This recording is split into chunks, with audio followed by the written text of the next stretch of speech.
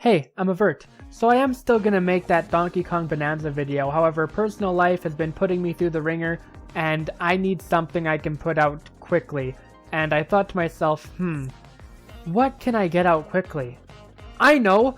Ranking videos! Originally I was just gonna have a little track ranking segment in my full Mario Kart World review, but I've decided, nah, I should just make it its own thing because I think this will be a big enough project to warrant it. And I know that the game has been out for a few months now. Alright, everyone already got their Mario Kart World track rankings out, but you know what? Screw it. I'm still throwing my hat in the ring, even if I'm tardy to the party. A positive, though, about the fact that this is taking so long to come out is that I am really confident in my rankings here. I don't think that these course rankings will change that much. I have played these courses extensively over and over and over. I've 100%ed the entire game, yes, including free roam. That was a pain. But I have done everything the game has to offer. I feel 100% certain in these placements. I do not see them changing too drastically in the future. This is going to be just my personal ranking of all the courses. I'm not going to do like an objective tier list or whatever. I acknowledge that there are a lot of courses I'm going to rank really low that I don't think are like objectively the worst courses, but they're definitely my least favorite. Also, I'm going to be ranking these based on playing them 3 laps in versus mode. I'm not going to be ranking them based off the intermissions. I'm not going to be talking about the intermissions here. It's entirely just going to be the 3 laps. So that means the full Crown City, not just the 2 variants ranked. Crown City will be ranked by itself, and I'm not talking about this shit. Holy, what is even this?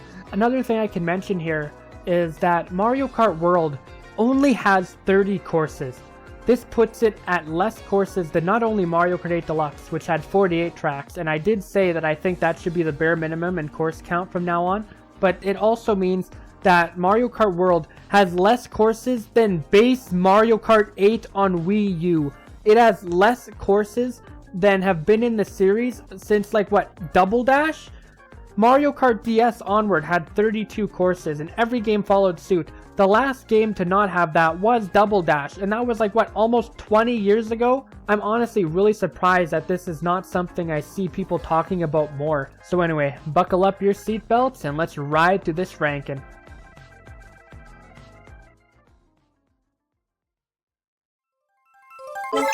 Okay, so I acknowledge that this isn't the objective worst, but my least favorite course in Mario Kart World is quite easily Dandelion Depths. And now, many of you may be taken aback by this, because, well, no one really talks about this course.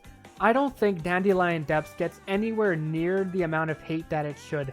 Most people either like the course because of its theming, or they just are like, yeah, it exists. Me, however, I absolutely despise this track. Dandelion Depths has literally nothing interesting going on about it, except for the theming, kind of. The course is vaguely Wooded Kingdom inspired in terms of theming, but it really doesn't do anything with that. Like, the Wooded Kingdom inspiration is what I see this course being lauded for the most, and the theming only goes as far as, well, the opening area kind of looks like Wooded Kingdom with the metal. Yeah, that's about it. Like, could you imagine how cool it would be to have an actual Wooded Kingdom course?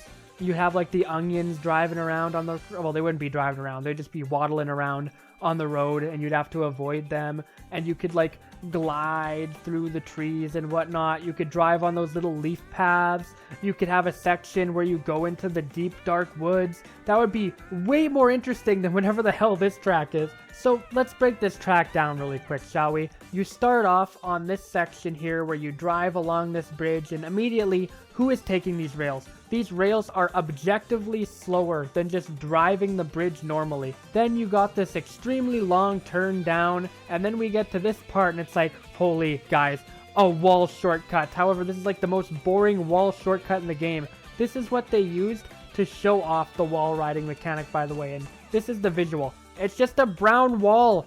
There's nothing to it. This is so slow and boring. And what, it saves like a second of the track doing it? It's what is this section? Then from there you got this like illusion of choice, multiple path road here. You can pick the left path, which I'm pretty sure is just faster, or you can pick the right path, which I'm pretty sure is longer. making it a scenic route that doesn't have any scenery. And both of these routes really just take you into the next section. I don't see why this is a multiple path. It really doesn't change the track up in any meaningful way. Then we get to what is the highlight of the course, which is this admittedly gorgeous looking water section in which you drive in a straight line and occasionally trick. Then you turn left and drive up this extremely out of place speed boost section that looks like it was taken right out of Rock Mountain. Then you make one final turn and that's the course. Such an ungodly boring track. I know that there are other courses I'm going to talk about later that are objectively worse, but I just hate this one. I'm sorry. There's so much wasted potential here, even aside from the fact that it does nothing with the Wooded Kingdom aesthetic. Like, what if it was just like a normal steampunk garden track, you know? Like, you have this giant greenhouse and there's plants growing out and you can drive on them, but then there's also like machinery with like cogs and stuff. That would be a much more interesting course than this. Even the name, Dandelion Depths. Like, what, is this themed around the dandelions? Is that the star of the show here? Is that what I'm supposed to be looking at? In terms of general reception for this track, most people are just like, yeah, it's mid. But the people I see who really like it really only like it because it looks cool. There is nothing of substance in the track design itself. So yeah, boring as sin track, hate racing on it, so much wasted potential, just nothing of substance, nothing interesting whatsoever beside the visuals. And yeah, it is easily my least favorite course in Mario Kart World.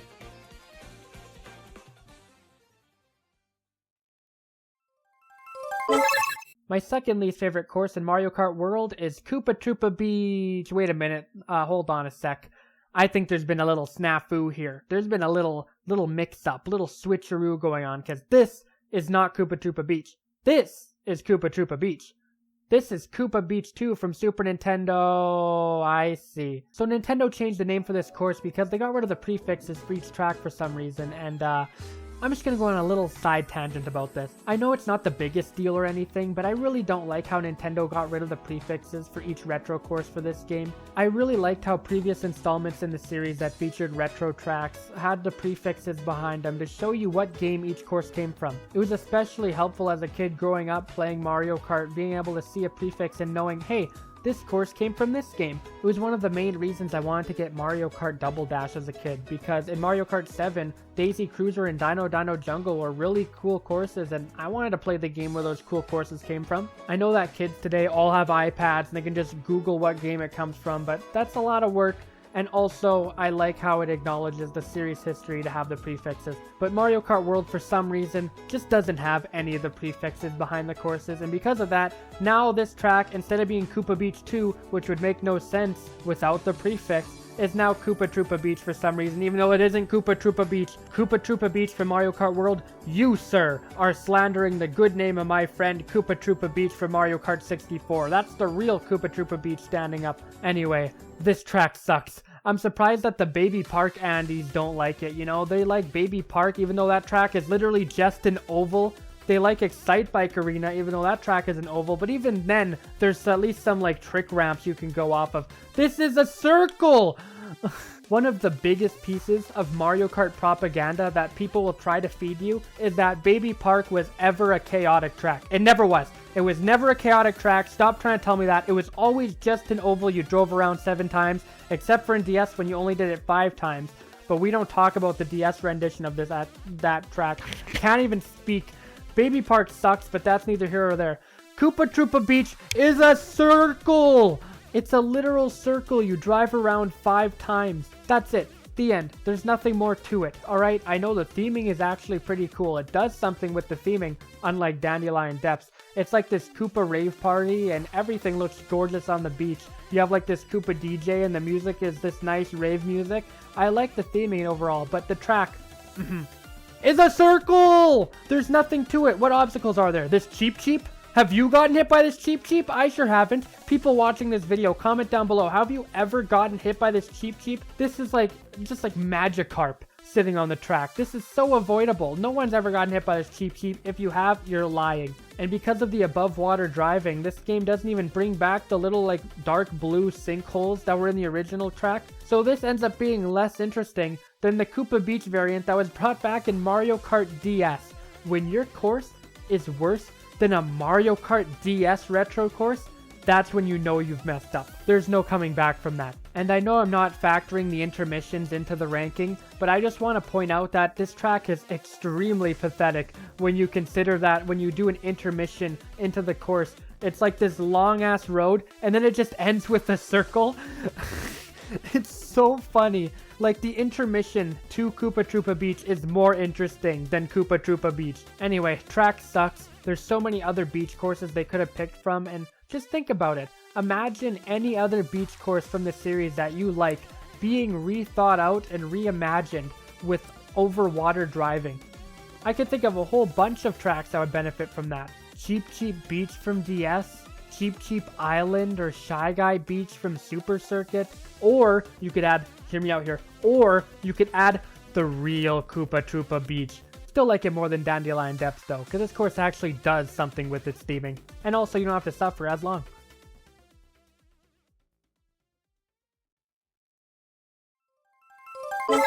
Moo Moo Meadows is easily the most baffling retro track addition in this entire game. Like, did we really need to get an inferior version of this track when we just got a superior version of it in the last installment in the series? Like, we've been playing this course for over 10 years now, and I like the 8 Deluxe version a lot more than this. Moo Moo Meadows in Mario Kart World is like the definition of a wasted slot. There are so many other courses you could have put in this slot, and this is a late game track too. Like, this course comes by in the Lightning Cup.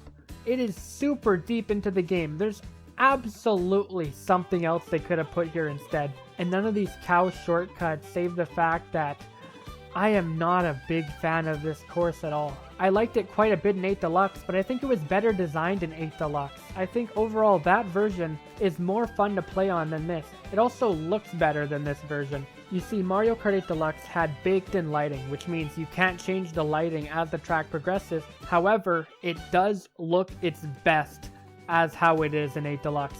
Mario Kart World, however, has dynamic lighting, so it constantly changes. And when you're playing this course in Grand Prix, I think it's kind of the worst lighting they could have possibly chose. It's like this grayish sort of sky, and overall, it just looks worse than the 8 Deluxe version. And I know people on Twitter have already made this comparison using these cherry-picked screenshots, but even without the cherry-picked screenshots, just looking at footage of these two tracks back to back, the 8 Deluxe one just looks better. Doesn't help that I really don't like these white lines on the track. And even putting visuals aside, just gameplay-wise, I still don't think this is as fun to play on as the 8 Deluxe version. That version was so tight with every turn, there were more cows on the road. I can't put my finger on why exactly I like the 8 Deluxe version more in a lot of regards. But overall, I just have a lot more fun playing that version of the course. I don't really like Mario Kart World's rendition of Moo Moo Meadows. My guess is that there's just less cows on the road. I don't know for sure, but I feel like there's less cows on the road in the World version than there were in 8 Deluxe. We'll give it credit though that this course actually works really well as a battle stage because there's this little farm over here, and yeah, it works as a battle stage. As an actual race course, they should have just put something else in, man. Not even the course icon is as good as the 8 Deluxe version, which, to be fair, that one was peak. But still, this doesn't even hold a candle to that. All I know is I'm kind of sick of driving on Moo Moo Meadows by this point. I really hope it doesn't come back in the next entry in the Mario Kart series, because they're really just milking it at this point, and they need to move on. Holy cow. Also, do you guys see this shit about PETA getting mad at the cows having this nose ring? Like, seriously, does PETA do anything useful? If Moo Moo Meadows is the most baffling retro track edition in Mario Kart World, then the second most baffling retro track edition in Mario Kart World is easily Desert Hills. Now, I'm not the biggest fan of the original incarnation of this. I know most people aren't. However, at least the original had the one defining character trait of this course. You know, the hills! And you call them Desert Hills despite the fact that they're obviously bumps. So let me get this straight.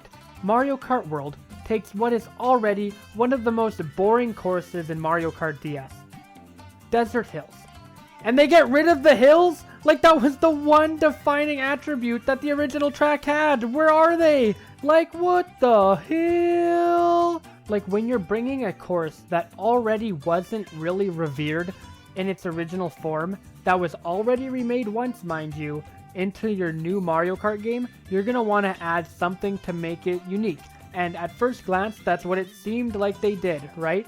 Instead of having Mario 3 enemies on the course and it being Mario 3 themed, now it has Mario Land enemies on the course. And hey, that's actually pretty cool. I do like these Mario Land enemies. I'm glad we're seeing them. We haven't seen them since Mario Land. That's a neat reference. But that doesn't mean you have to get rid of all the Mario 3 stuff. Imagine how much better this track would be if you had both the Mario 3 stuff still intact, the Angry Sun and the fire jumpy guys, the fire snakes, while also having the Mario Land enemies. That'd be way better than this, because these Mario Land enemies don't even pose a threat. You barely ever get hit by these things. Adding in the Mario Land enemies while also keeping the Mario 3 enemies would make this track so much better and more fun. And also, did I mention that they forgot to add the hills? I can't get over this. I know I'm beating a dead horse here. I don't care. They forgot the hills in Desert Hills. That's half the track. It's desert, it's hills. There's literally no hills. They're bumps. Okay, I like the new shortcuts that they added. They're somewhat decent. This glider path that leads to this pillar here is somewhat cool. The ending section that was originally kind of boring now has a bunch of dunes here you can trick off of, even though there isn't much reason to not just pick the same path every time. But none of those actually good new additions take away from the fact that there are no hills! There aren't any hills! They got rid of the hills! This course, if they actually kept the hills while adding Mario Land enemies and keeping the Mario 3 enemies, this might have actually been a worthwhile addition. But since they did none of that and they removed the hills, this ends up being just a waste of space, which is really egregious in this specific instance because I can think of a bunch of other desert tracks that deserve to make it in more. How about, for instance, I don't know, Yoshi Desert from Mario Kart Super Circuit? That'd be a neat addition. It hasn't been remade in HD besides Tour. It would have been really cool to have in the game, especially since this game doesn't have any Super Circuit representation at all. That means that Mario Kart World is the first entry in the series with retro tracks to forget to add any courses from a specific game. That has literally never happened before, which is another thing I'm surprised people don't mention more often. Sunset Wilds, well, not really a desert track, it's kind of more like a savanna type of course, would have also been a better addition than this because now we can actually have the sunset work because of Mario Kart World's lighting engine. Moving away from Super Circuit, you could have added even Dry Ruins from Mario Kart Wii. This hasn't been remade outside of Tour. You could have done a bunch with this. You could have added a glider ramp right here. You could have put the Super Mario Land enemies in this course. They would have fit in. You could have done something with the temple. Like, imagine driving through this temple in free roam. There's so much you could do with that. Hell, even Bone Dry Dunes would have been a better pick than this, and that is one of the weakest nitros in all of 8 Deluxe. There's still enough in this course to make it more fun to drive on than the last 3 I talked about, but not by a whole lot. This is such a wasted addition. I can't believe that Mario Kart DS gets 3 courses, with this being one of the courses, while Super Circuit gets nothing. And I say this as a Mario Kart DS fan, by the way.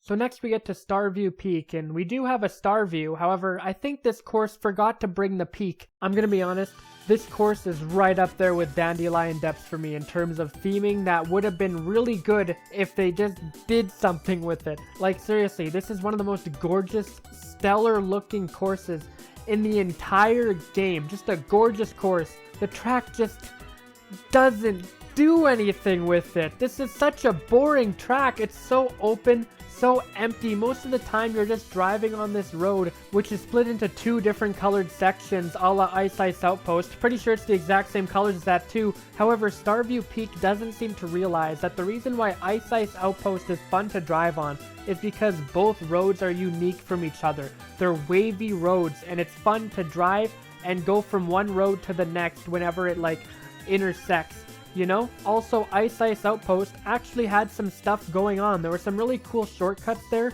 like this one shortcut you can take, and this shortcut leads into another shortcut. Like, that was really fun. It's just Ice Ice Outpost is one of the weaker courses from the Mario Kart 8 DLC, and that's still better than this. The closest you ever get to these two different color roads actually doing something is this part here, where the right path is higher up, so you can like trick off of it and go off the wall, which is kind of cool, I guess, but that's literally it. It's just a barren, empty road for most of the time. Then you get to this water section here, which again, it looks really pretty. This is probably the best part of the course. It actually does something at the very least. The water controls make it a little tricky to navigate. You got these little ramps here that go through speed boosts. Like overall, it's a fine enough section, but then you go to a glider ramp, go into this library, and it's like, okay, we're in a library. There is so much you could do with a library theme, and oh, we're done. This course doesn't even do anything with this library. Like, it looks really cool. You can drive through it in free roam. Like, could you do anything with it? Like, incorporate this chandelier in some way? Maybe you can glide through some chandeliers or whatever. Maybe there could be an alternate path on the ceiling where there's like a hanging chandelier with some speed boosts, so you can like drive from one chandelier to the next. Maybe this water section here could have like some shooting stars or falling comets or literally anything. Absolutely anything added to this course as like an obstacle or hazard or whatnot would make it so much better. It's so boring. And it's not like they had nothing to work with either. Like, how do you make a course that's themed around an astral observatory on top of a snowy mountain's peak and make it boring? How do you do that? Like, you actually have to try to do that. I could see Starview Peak working as like the third section of a 3-section course.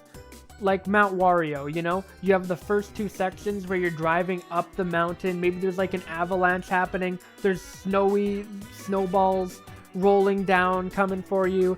And it's really hectic. And then the final lap is just a nice little cozy breeze through Starview Peak. That would work. It's kind of similar to what we actually get in the Grand Prix, going from DK Pass to Starview Peak. But as a 3-lap course itself, it is so incredibly mid. Starview mid. Only reason I'm not ranking this track lower is because the visuals are absolutely stunning, and also I do think this water section here is sort of decent, and I will say that I would rather race on Starview Peak than anything I ranked lower.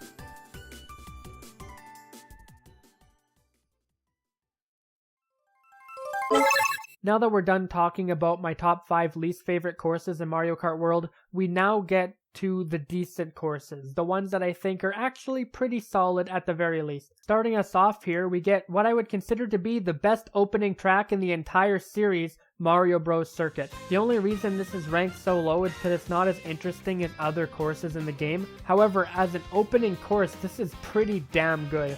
Mario Bros. Circuit manages to be nice and simple to introduce you to the game, while also introducing you to new mechanics and actually having some nice shortcuts and interesting stuff going on at the same time. Most other opening courses in the rest of the series are pretty boring on subsequent playthroughs. Like, they do a good enough job introducing you into the game, but do I really want to play this course after I played it the first time? Like, do I ever want to actually choose Mario Kart Stadium in 8? Or do I want to choose, God forbid, Figure 8 Circuit over anything else there? But with Mario Bros. Circuit, there have actually been times in which I've picked this over the other tracks online. Almost every single wall of this course consists of rails that you can drive on, which is really cool. You got this section where you can go from the rail you're driving on to the wall, which is also pretty neat. Takes you to this nice turn over here, and it's actually pretty satisfying to be right on the edge as you turn it. It's also a really cool visual to be this high up on this cliff here. And then the course ends on this really cool multi-path section where you can either take this glider ramp over here, and then from there you can go to over here, you can go down to this rail here and jump to the left, you can go into the audience area even, and there's even more stuff over there. Like, it's a really cool multi-choice area for the first track in the game. Of course, you can always take the normal route like a complete coward. Nothing stopping you from taking the boring scenic route. And then from there, you can take this shortcut right at the beginning of the course. Behind these tires, there's this little green pipe here that you can go along and then jump back onto the track. This is just a well thought out opening track, all things considered. Like, there's so many intricate different paths you can take. this is easily a cut above all of the other opening courses in the series, at least for me. The theming here is also really cool. Instead of having your first course take place in just a boring racing circuit or whatever, or a stadium, instead it takes place out in the middle of the desert. The whole aesthetic of the place just really reminds me of... It reminds me of... Or don't say it. It reminds me of Radiator Springs. I remember back down driving in Radiator Springs. I'm told Mater, he did what in his cup? I'm not a spy. Sorry, something totally took over me there. But yeah, I am quite a fan of the American aesthetic that this course has going on. I also really like this neon sign that says Mario Bros with the text scrolling by at the end. Really nice detail. Overall, this course just looks really good at nighttime, all things considered. Part of me kind of wishes the track itself took place at nighttime in the Grand Prix, but I could see why it doesn't, since the Grand Prix has it going into sunset by the third course, and then the fourth course takes place at night. But yeah, easily my favorite opening course in the series. Honestly, pretty solid. Not much to criticize here. Mater approved!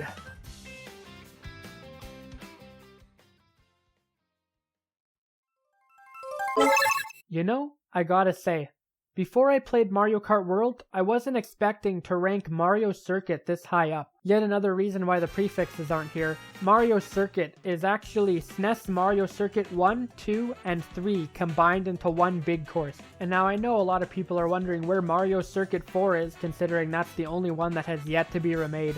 However, I think Mario Circuit 4 is similar enough to Mario Circuit 3 to where its inclusion would be a little redundant and would make the course too long. With that being said, I like what they did with the place. Combining Mario Circuit 1, 2, and 3 is actually more fun than I thought it would be. I thought it would just be, alright, now we have to drive through more Mario Circuit. I didn't really go into this course with the highest of expectations, considering that the last time we had a SNES Mario Circuit track was back in the Booster Pass, and that was literally the worst course in all of 8 Deluxe. Well, okay, maybe besides Baby Park, but aside from that, that was the worst course in 8 Deluxe. Easily the worst course in the Booster Pass, that's for sure. But the problem with that is that they really didn't do anything to it. The aesthetic of that is just exactly the same as the Super Nintendo version, so it kind of just looks like an HD rendition of Mario Circuit 3 from the Wii, and who exactly was asking for an HD rendition of Mario Circuit 3 from the Wii? The 8 Deluxe version also didn't do a whole lot to modernize the music at all. Mario Circuit and Mario Kart World, however, fixes all of those issues. They actually put effort into this. First of all, it looks really good as it's actually just in the world itself. Also, the music now has a full big band arrangement. But I think the main reason why this course is so much more fun to play than Mario Circuit 3 from the Booster Pass is the scaling. This track is perfectly scaled. It is just small enough to where you're constantly doing different twists and turns while not being so small that you can't fit all 24 players on it. There are some issues with this course, like how they didn't bring back any of the oil stains on the road that were obstacles before, and also I don't like how this is a 3-section track in Versus. Like, I'm pretty sure that you could have had all 3 renditions 3 times and it wouldn't have been too long, or at the very least have it just be a 2-lap track where you race through all 3 Mario circuits twice. That being said, Nintendo does seem to be allergic to bringing 2-lap tracks to their modern Mario Karts. But yeah, I enjoyed Mario Circuit a lot more than I thought I would. I'm surprised I didn't put it in the bottom 5. I absolutely thought that it was a lock for the bottom 5. But you know what? This actually ended up being a pretty worthwhile addition to the game. And also, I like this Mario statue.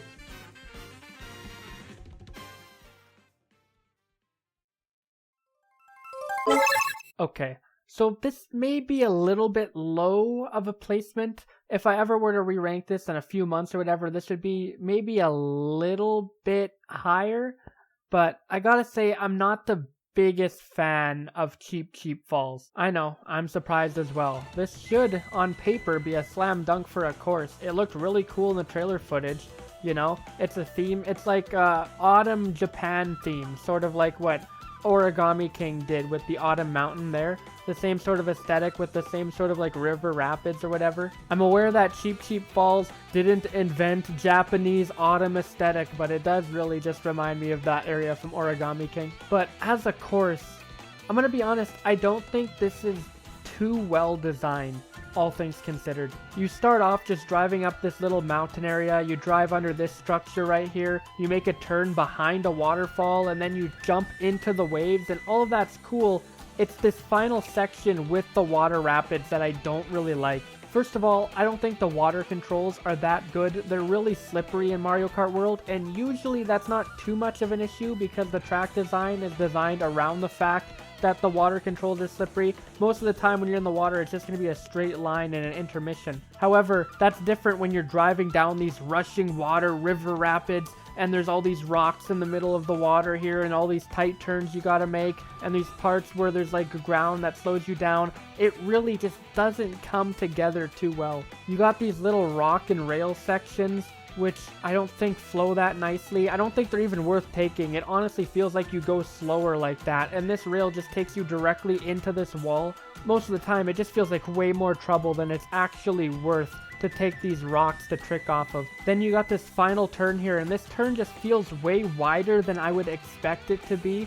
And if you take the shortcut's really tight, so it's either you got this really wide road and you're going to turn too tight into that, or you're going to turn too wide into the shortcut. Also, this shortcut by itself isn't really well designed. In order to do it, you have to blast through these crates here, and that means it's a completely blind shortcut, and since you have all these like pillars that you can get hit by, slowing you down, that isn't exactly ideal, because that means that now there's a good chance that doing the shortcut will just screw you over from no fault of your own. I will admit it's entirely possible I'm just having a skill issue with this, but like, I don't know, I just don't think this feels that cohesive, that well designed, that well thought out. It really does feel like they just put some random river rapids to fit with the world, then they just threw some rocks and whatever in there. Every time I take this route, I end up just tricking off this rock, going up this wall, and taking the rail section so I can just avoid most of it. However, that doesn't help too much either because that rail section is really boring.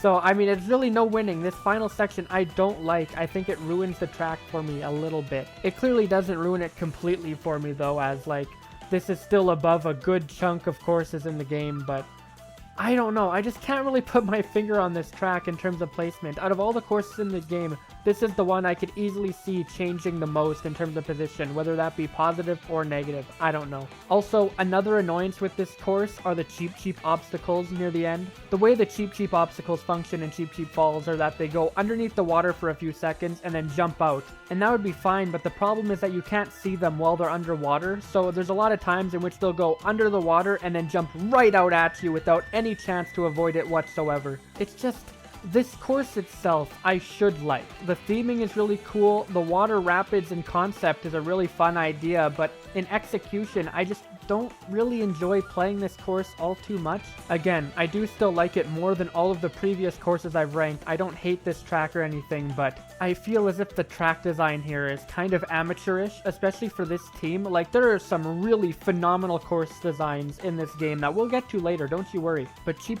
Falls, it feels so haphazard. None of these waterfalls or rapids feel cohesive or intuitive in any way. The rock placement just feels like they randomly chuck the rocks. Like, genuinely, there are intermissions in this game that I feel have better rock placements than this course. So I don't know, man. Maybe one day I'll end up warming up to Cheap Falls a bit more. Maybe one day I'll end up really liking it. Or hell, maybe one day I'll end up hating it. Who knows?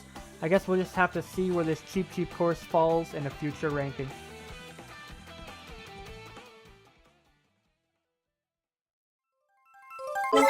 Okay, this course is really lucky I'm not ranking these based off of their Grand Prix variants, and I'm instead ranking the 3-lap versus mode variants of these, because if I wasn't, then holy shit, Peach Stadium would not be this high up. What is this? Seriously, what is this?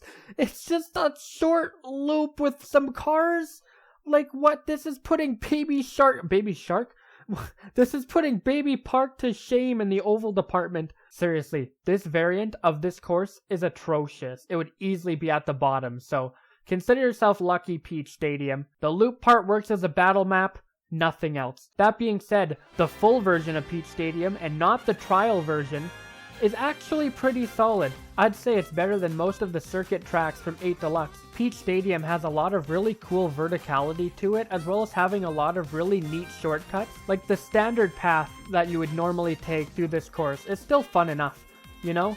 Like, it has this one part here where the road really narrows, and I really like this for some reason. I like the road narrowing as a sort of like obstacle when you have 24 players on the course. And when you drive normally, you're still going high up here, jumping to over here, jumping to over here, going down this neat little loop here before ending off the course.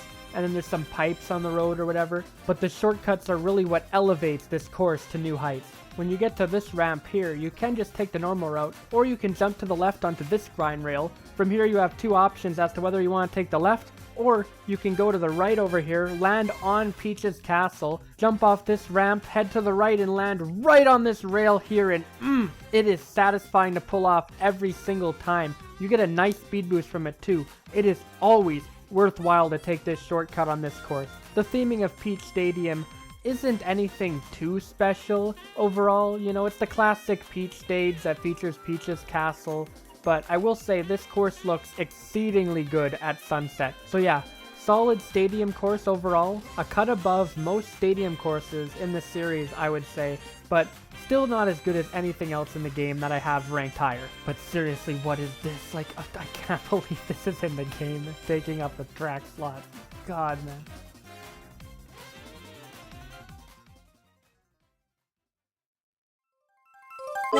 So, when we first saw that Choco Mountain would be returning in Mario Kart World, I feel like the general consensus was most people either not being a fan of it because why are we bringing in Choco Mountain again, we literally just got it, or because how is this Choco Mountain, this looks nothing like it. Wasn't exactly a course I was particularly looking forward to playing when the game came out. But now that the game has come out, I think the two concerns that people had kind of balance each other out, you know? Like, yes, we did just get this course in Mario Kart 8 Deluxe, and yes, this is pretty unrecognizable compared to the original. However, it being unrecognizable compared to the original kind of works out because it gets to do something new and creative, and if you do want to play on a more faithful remake of Choco Mountain, then you can play the Booster Course Pass version. It works out. Overall, I will say that I do like what they did with Choco Mountain in World. It's kind of like a chocolate production plant, and you have these charging chucks running it. The off-road of this course is this really like thick,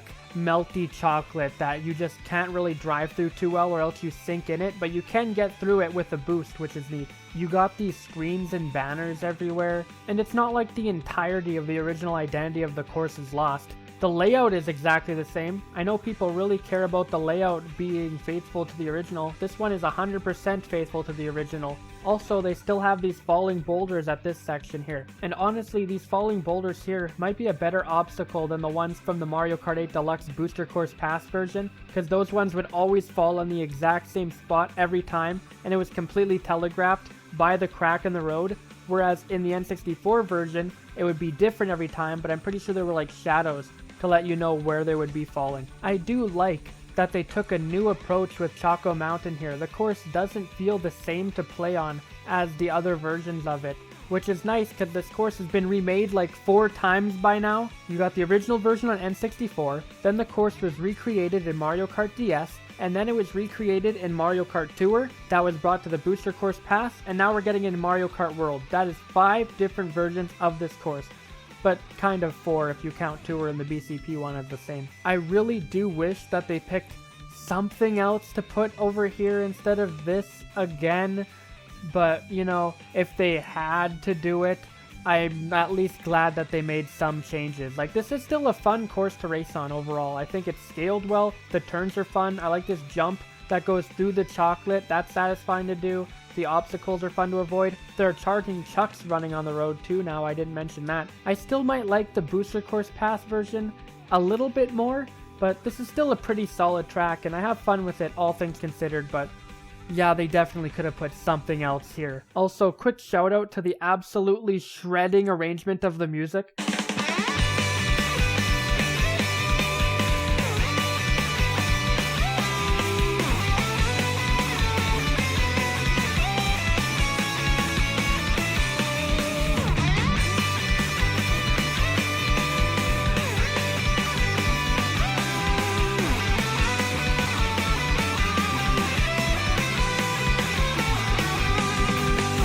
So in conclusion, I do like what they did with Choco Mountain and Mario Kart World. I do think they had more creative freedom here because they already just made a more faithful recreation of the course in the Booster Course Pass. But even though Choco Mountain and World isn't a complete waste of a slot like I thought it would be, I still wish they put something else here instead.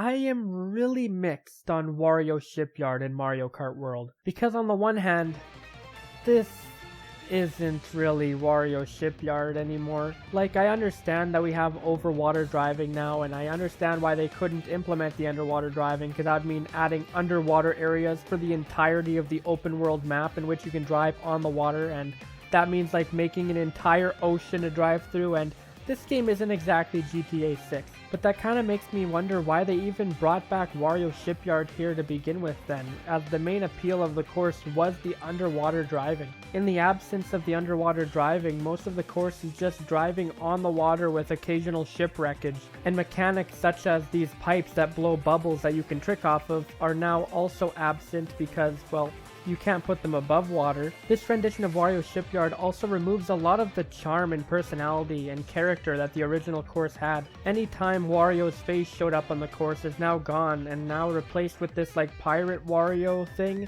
right here. However, this replaces the Fishbone Tunnel, which I think worked better in the original. As a reimagining of Wario Shipyard, this course kind of just falls flat and feels soulless.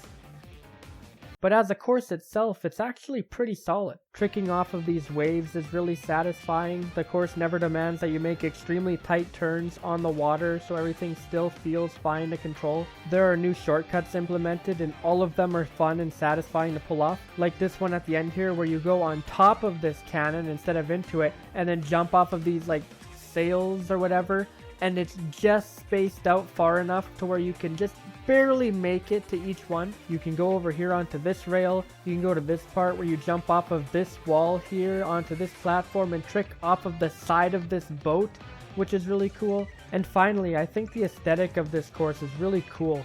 The waves you're riding on mixed with this rainstorm just looks awesome. Like, the course itself isn't the issue here. It's a solid enough track, it's decently designed, but this is really not a good rendition of Wario Shipyard. It takes out everything that made the original so interesting. Honestly, instead of bringing Wario Shipyard back, they should have just made a new course on the water that uses the water as a mechanic. Because as it stands right now, even though Wario Shipyard in Mario Kart World is still a decent track, it is the only retro track in the entire game in which I would have rather just got it in the Booster Course Pass.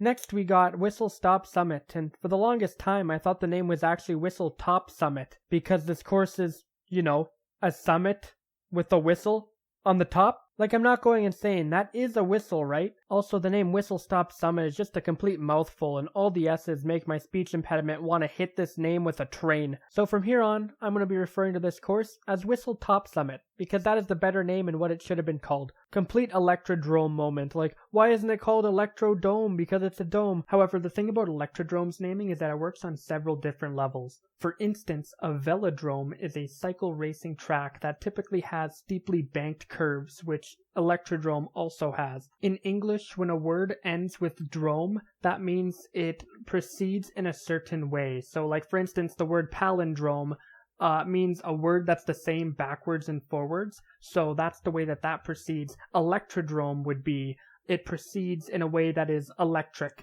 It is a really good name, and I don't think it gets anywhere near enough credit. Whistle Stop Summit is just a bad name. Like, where's the stops? Huh?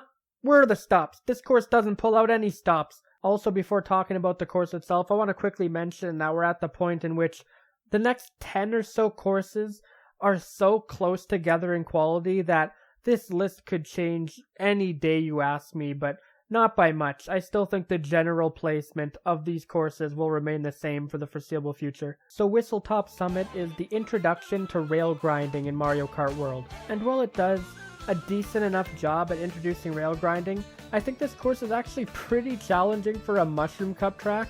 Like, it's not the hardest course in the world. Like, it's still pretty easy, relatively speaking, but you could have easily slotted this in the Flower Cup and no one would bat an eye. Whistletop Summit contains a lot of different routes you can take with the rails. So many different rail grinding areas, you can jump on walls, a lot of different shortcuts you can take, but overall, I think the course just feels a little bit too janky for me to rank it higher. Like, even in the official Nintendo Treehouse Live gameplay footage of this, there's this one part where he ends up driving onto this wall and then like clipping through the level geometry as he gets back onto the track. It's just kind of let's just say some of the rail placement could have been a little bit better. Then you got the case of the train, which is entirely RNG, so if it happens to be in an inconvenient position when you're on a rail, well, you're kind of railroaded into hitting it. And since most of the time you're going to be driving on precisely the same rails that the train is taking, there are going to be a lot of times in which you are forced into crossing paths with it. You know, if I had a nickel for every time a Mario Kart desert track had a train in it that sometimes screwed you over, I have 2 nickels, which isn't a lot, but it's going to happen twice, right? I know I said literally like 30 seconds ago that this course was pretty difficult for a Mushroom Cup track, but that's only sometimes because of the train. Sometimes it can be inconvenient and screw you over. Other times jumping from rails is a bit tricky, but for the most part you could kind of play this course by just driving forward using the rails a lot of the time, making the course feel a little bit too on rails, so to speak. I don't know, I think overall this course is still good. I still like it. I still put it above everything else I ranked underneath it, but there are definitely some kinks to be ironed out here. Sometimes the train can be annoying. Sometimes the level can feel a little bit too simple. Sometimes it can feel a little bit too complicated. It's a little bit all over the place. It's kind of a mixed bag. I feel like every time you play this course, because of the train, sometimes it's just a walk in the park. Other times it can be a little bit tricky to navigate. But I do still enjoy Whistletop Summit overall, even if it's only my second favorite Mario Kart Desert course with a train in it. Also unrelated, but try saying train in it 10 times fast. Train in it, train in it, train in it, train in it, train in it, train in it, train in it, train in it, train in it, Batman.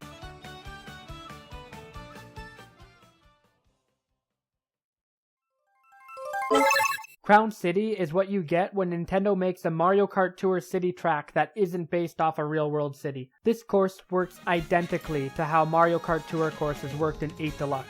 You see, in Mario Kart Tour, the city courses were designed to have several different variants. Every city course was this giant, sprawling map of different roads, and Nintendo made different routes within that giant map that you would drive on several times. So for instance, like Berlin Byways. You have Berlin Byways 1, Berlin Byways 2, and Berlin Byways 3. So obviously this creates an issue when bringing the tour courses into 8 Deluxe, because how do you get these 3 variations into one course? Well, Nintendo's solution was to combine them by having each lap take place on a different variant of the course and then have arrow signs that block the path sometimes to go to a different direction. The problem with this approach, however, is the fact that it can be really janky, especially when you don't know the track layout. There were a lot of moments in the 8 Deluxe renditions of Tour City courses in which it would seem as if you can go a different way and then arrow signs pop up showing that no, you can't, and that kind of got a little janky with the design. Granted, I would say for the most part, Nintendo got the routes down pretty well, but there were definitely outliers in that department. The Versus Mode version of Crown City and Mario Kart World takes this idea and really refines it to make it work better. Since Crown City was designed with the idea in mind that it would have several different parts that happen each lap, it is much more intuitive to drive on. The way this works is that in Grand Prix mode, there are 2 different Crown City courses, both of which take place on a different part of the track. And in Grand Prix mode, this makes for a complete waste of a slot. However, I'm not ranking the Grand Prix versions of these courses. And unfortunately, Mario Kart World doesn't do this whole 2 courses that take place on the same area shtick as well as Mario Kart 7 did, for example, with Woohoo Loop and Maka Woohoo, both taking place on Woohoo Island. However, they're completely different tracks. Crown City has both versions right next to each other. However, while that does mean that the Grand Prix versions of this course are a little underbaked, it is still a good course when it comes to the Versus Mode. Since Versus Mode combines these 2 Crown City sections together, what you end up with is an actually pretty fun, interesting, varied city course. It takes you all throughout the city, from the back alleys to the front and center, downtown metropolis of the city, to on top of the buildings next to construction. It does a whole lot with what it's given. And this doesn't factor into my ranking at all, but driving in this course in free roam is really interesting too, as there's so many different areas you can discover in inside of the buildings, like this parking garage area here. This is also the only course in free roam that has double the amount of question block panels to get, having 10 instead of the usual 5. And this is really unrelated. However, I think it would have been really cool if instead of bringing back a big donut for battle mode, they brought back skyscraper and had it take place right on one of these buildings. But back to the course, it's just a fun course that has some nice set pieces you can drive on. It's nice and varied. It keeps it interesting each lap. I just like it. I don't know what else to say. Yes, it's not the most unique city of all time. Like, it still looks like kind of a basic city, but for being the first original city to do this lap mechanic in mainline Mario Kart, I'd say they did a good job here, even though there still are a bunch of Mario Kart Tour city courses that I prefer more than it. Also, quick nitpick, this turn into this back alley is a little bit too sharp for my liking. I don't really like it. I will now proceed to leave you with the bangalicious Crown City music, because this shit slaps.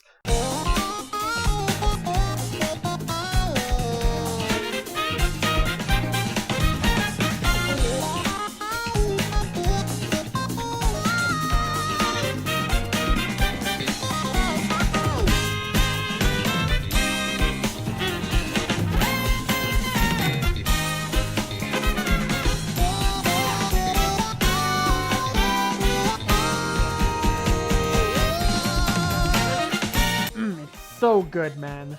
Honestly, might be my favorite Nitro Track theme in this entire game.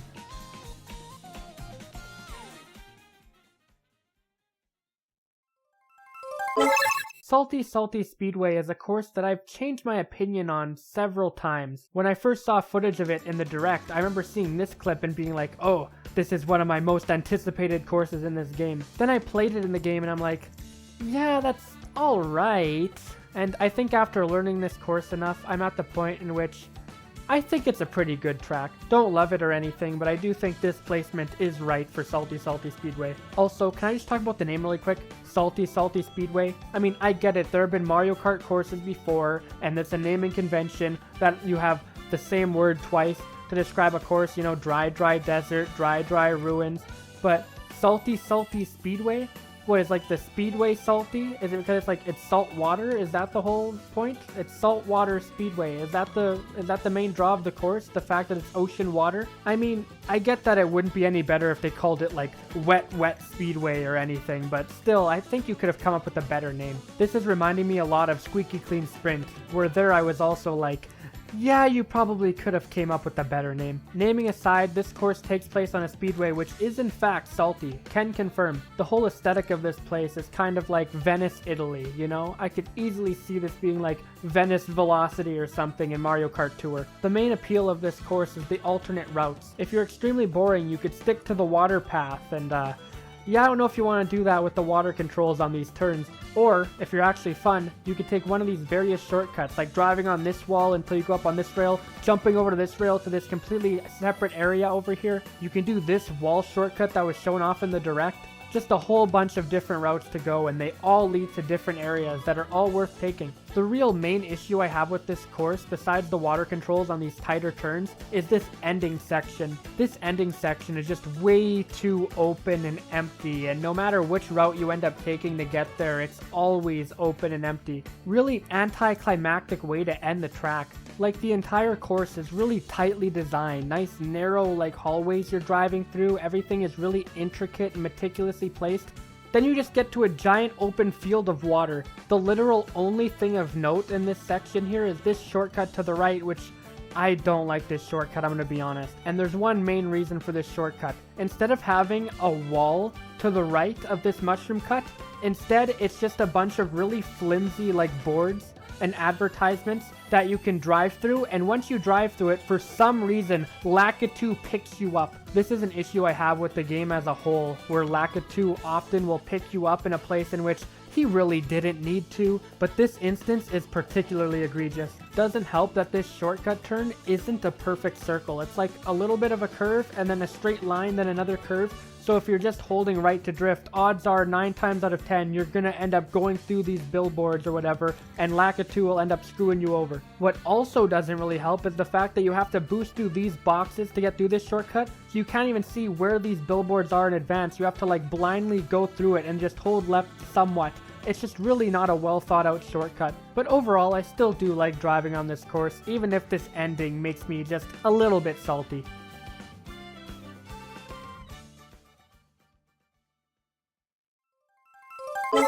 When I first saw that DK Pass would be making a return in Mario Kart World, my initial impression was, really? It just felt like such a boring pick to bring back. For one, DK Pass was already brought back in Mario Kart 7, and that already felt like the best you could do with a remake of that course. And also, DK Pass is just one of the least interesting nitros from DS. Seeing footage of the world rendition didn't really help matters, considering a lot of it kinda just looked like a store brand version of DK Summit. However, after playing the game, playing the course, I can say I am pleasantly surprised with how much I like DK Pass in Mario Kart World. I struggle to really articulate what it is about this course that makes it so much more fun than the DS counterpart. I think the main thing is just that Mario Kart World is more fun to control. This happened a lot with 8 Deluxe retro courses for me, where just the fact that they're in 8 Deluxe at all makes them more fun to play on because 8 Deluxe just controls so smoothly and fluidly. And since DK Pass features all these winding turns up the mountain, it's just so much fun to drive along it in World. This ending section here is also really fun with all these little bumps and turns. It's just, I don't know, I like playing on this course. I like the atmosphere too. The snowy aesthetic looks really good in Mario Kart World, and also it takes place on a ski resort instead of a snowboard cross like DK Summit, so it kind of separates it a little bit. I'm also a fan of this pole shortcut here. You just jump off, take the pole, land it. Actually pretty tricky when you have like 24 players all trying to do it at the same time. And yeah, I don't know what else to say. It's just a fun track that I enjoy playing on, and not even the exclusion of the snowmen or this little item box at the top here stops this from being my favorite rendition of DK Pass quite easily.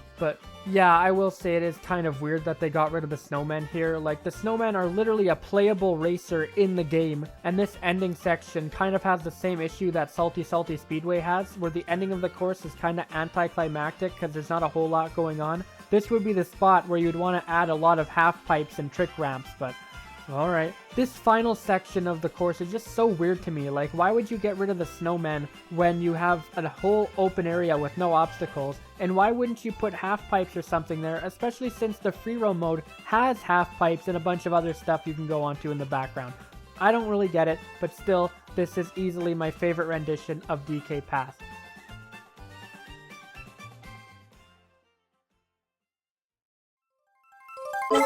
I remember when Mario Kart World was first revealed, this part in the trailer really caught my eye over everything else. This shot of the water here just looked gorgeous, and I was like, I can't wait to play on this track. I later found out the track was Peach Beach. I was confounded at this revelation. How is this Peach Beach? Where's the peach? Like, I see the beach, right? Where's the peach? There is no peach on this beach. And now after having played the game, I see where the Peach Beach is.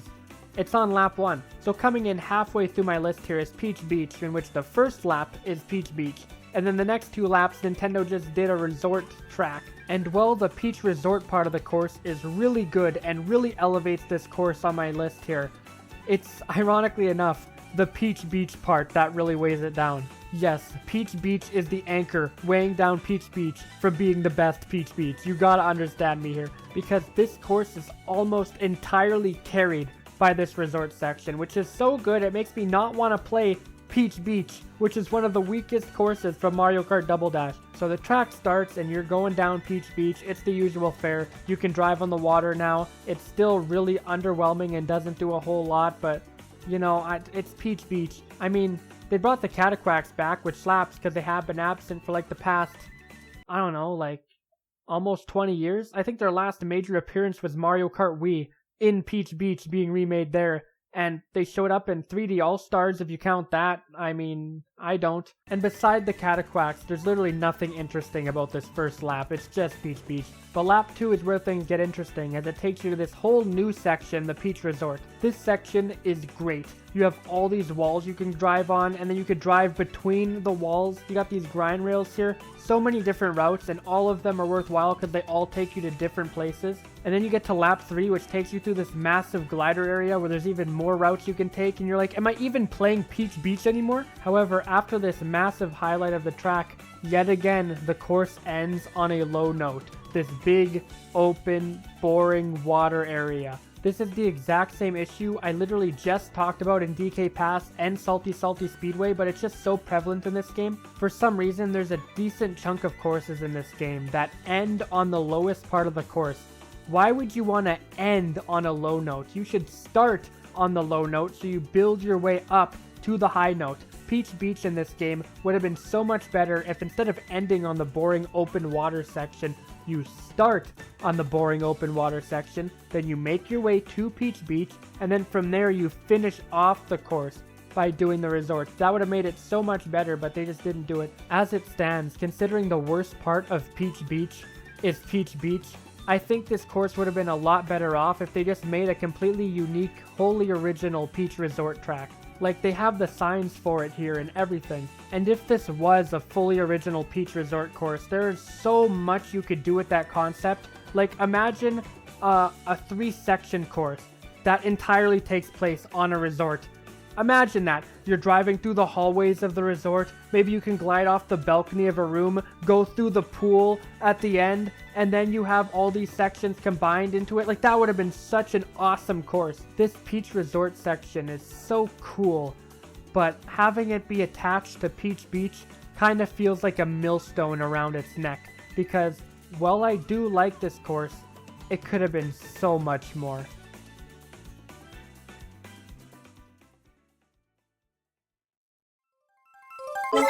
You know, I feel like quickly reminiscing here. Do you guys remember back 10 years ago when Mario Kart 8 first released on the Wii U and YouTubers were talking about how Nintendo for some reason decided to put 4 N64 courses in the game, and because of this, there was only one left to use! Out of all the retro tracks, the N64, which had the smallest selection of tracks to pick from, has the highest selection of tracks in the whole game. Because of this, there's only one left to use. Just one. And you know what? It will be used in Mario Kart 9. So everyone unanimously agreed that the one course that they didn't bring back, that had never been brought back, Wario Stadium, was a lock for the next Mario Kart, and sure enough, here it is. I know it, because you wanna know why? It's a damn good stage. It's Wario freaking Stadium. Wario Stadium in Mario Kart World is about as good as you can expect from a modern rendition of this course, considering that this is probably the worst course in all of Mario Kart 64. The course in the original was just way too long, way too boring, way too empty, and the entire visual was just Wario's face.png slapped across the entire spectator stands. Mario Kart World's rendition of Wario Stadium cuts out all of the fat from the original course, and I've honestly seen some people complain about the layout being too simplified. Again, like, I can understand with other courses like Sky Garden, like, the layout being simplified there, okay. But do you honestly want this original layout to stay? No, like, tell me honestly, do you want this original layout to stay? This original layout is ass, okay? I mean, you could probably get away with it if you only had like 2 laps or whatever, but then you have to consider that Nintendo is allergic to bringing back Wario-themed courses that have 2 laps into a modern Mario Kart. They can't do it, okay? They can't do it. Oh my god! This course makes really good use of Mario Kart World's tricking mechanics. A lot of areas where you can drive on the wall to go up onto different grind rails and whatnot.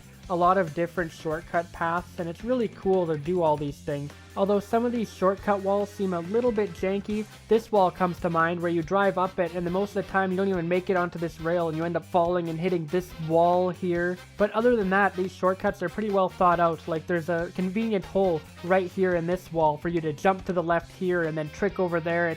It all feels very deliberate. Whenever I see like a professional player show off new shortcuts in this course, I think in my mind, Nintendo definitely knew that was possible. Like, there was definitely a hole in the wall placed here specifically so you could jump through it to do this cut, which is really cool. Other changes are made, like this annoying jump in the original where if you fall off, you have to redo a good section of an already long track. It's now a really cool trick ramp with a lot of spectacle and pizzazz. Wario Stadiums is by no means one of my favorite courses in the entire game. I still like it, but there's a lot of tracks that are better than it, but it's still a great showcase for World's mechanics, as well as being an objective improvement to the original in pretty much every single way, except that we need the Wario PNGs on the wall. Where are they? Okay, but for real though, it would have been really cool if at the very least they just took one of these Wario faces, like literally just rip it from the N64 files and then slap it onto one of these walls with the other stickers. That would have been a cool callback. And also, while the music arrangement for this course is really good, I don't think anywhere near enough attention is going to the music that plays on the intermission route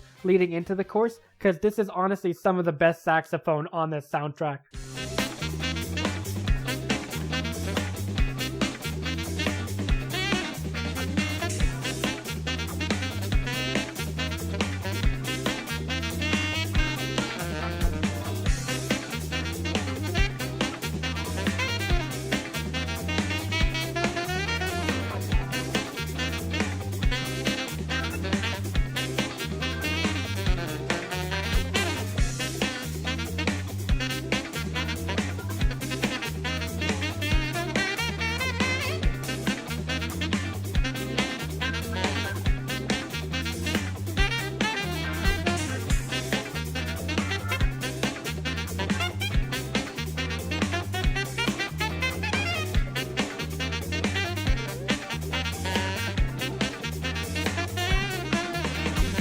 But yeah, easy improvement over the original Wario Stadium. I don't think anyone's going to try to argue with you on that.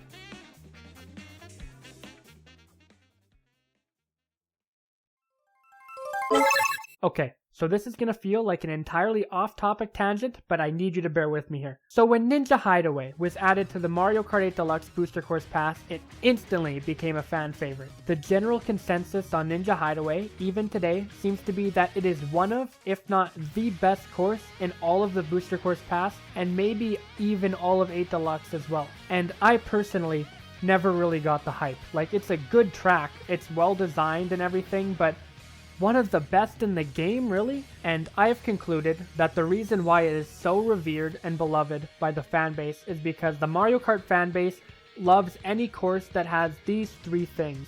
Those are good theming, multiple paths, and shortcuts. Any course that has all three of those things will instantly be eaten up. I've honestly seen people say that Waluigi Pinball in the Booster Course Pass is worse than Mario Circuit 3 because Mario Circuit 3 has shortcuts and Waluigi Pinball doesn't. Like, I cannot understate how much the Mario Kart fanbase loves shortcuts and alternate routes. I mention all of this, even though it seems entirely unrelated to anything in this game, because I am getting the same exact feeling with Drybones Burnout. Drybones Burnout is another case of a Mario Kart course getting just universal praise, universally beloved, entirely revered by the fan base, and I just think it's a good track. But as I mentioned, Drybones Burnout has those three aspects. It has cool theming, it has a bunch of different routes, and it has shortcuts. The problem with Drybones Burnout, I feel, is that while there are a plethora of different routes to take, unlike Ninja Hideaway, the alternate routes in Drybones Burnout don't really feel like they change up the course all too much. In Ninja Hideaway, the alternate routes were literally taking you to different sections of the course. In Drybones Burnout, every single route kind of just boils down to, okay, well, you're on a rail over here instead of being on a rail over here. It's kind of like the illusion of choice, you know? No matter what rail you take, it all just takes you to the same spot without much visual or gameplay variety. I think this section right here is a perfect example of this. This section is a straight road. No matter which path you take, it'll always be a straight road. Like, there's not much difference between taking the straight road on this path, taking the straight road on the wall, taking the straight road on one of these rails. You could go down here to a different section, but this is also just another straight road. You got this part of the course where you're gliding right into the Drybones mouth here, and you have two different paths you can take, but none of them feel all too different from each other. The bottom route has a bunch of different optional rails you can take, and the top route has a bunch of optional rails you can take, both of which almost look and play identically since you're not going to be moving on the rails. And I'm honestly kind of doubtful that some of these shortcuts even make you go faster. The main purpose for them would just be trying to get away from the other 23 races on the course. And since Drybones Burnout is such a narrow track, you will be bumping a lot into the other 23 racers on the course. The main highlight of Drybones Burnout is easily the theming. I love the combination of the Drybones aesthetic with the Dia de los Muertos theming. It all goes together so well. I can't believe it took until Mario Odyssey for Nintendo to realize that Dry Bones and Day of the Dead go together with theming. Dry Bones Burnout is a course that I like. I do enjoy racing on it for the most part. I'm just not in love with it like everyone else seems to be. I think the course could have used, like, I don't know, some obstacles or something.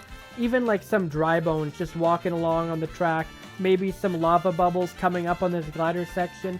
Anything to make this course a little more interesting, because as it stands, most of the time spent on this track is just going to be driving along these rails or like driving through narrow hallways. And I mean, hey, there's still enjoyment to be had in driving along rails and narrow hallways. I mean, I ranked the course this high for a reason, but I just wish there was a little more variety in the different paths, either by gameplay or by visuals, because as it stands, while I do still enjoy Dry Bones Burnout, it has a lot of missed potential. I think it could have been a lot better, and I don't think it's anywhere near as good as most people say it is. And if I ever were to remake this list in like a year or so, Dry Bones Burnout is definitely one of the courses I could see falling lower on the list, because I'm already starting to get a little burnt out on it.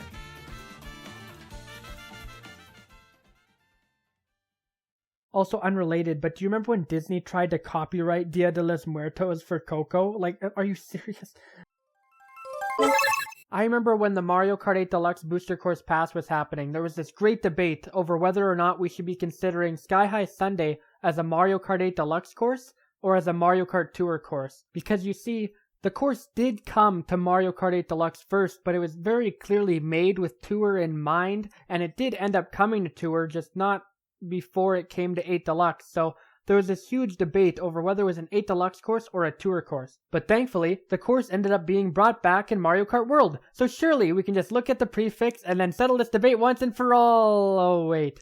Yeah, I know, more prefix rambling, although I do think that this course is probably the sole reason why prefixes aren't back, as they'd be pretty messy to implement here. Because usually with the prefixes, they put the name of the console that the course debuted on. So Mario Kart 8 was a Wii U game, so you could put Wii U Sky High Sundae, but Sky High Sundae wasn't in Wii U, it only came to 8 Deluxe, so would you put Switch Sky High Sundae? However, it could also be a Tour course, and if it's a Tour course, then it could be Tour Sky High Sundae. However, you can't really do that because Tour Nitros aren't labeled as Tour courses in 8 Deluxe. So what prefix would you use here? I do wholeheartedly believe that Sky High Sundae is the sole perpetrator as to why we do not have prefixes in this game, and that is the reason why we got frickin' Koopa Troopa Beach. That isn't even Koopa Troopa Beach. But prefix jargon aside, this version of Sky High Sundae is easily the best one. I don't think anybody will be arguing with you on that one. The Tour version of this course was okay. It's really just an oval with a bunch of different ramps and alternate paths, so it's still better than Baby Park and Excitebike Arena. And the 8 Deluxe version was pretty much just the Tour version, but with a little bit more added jank.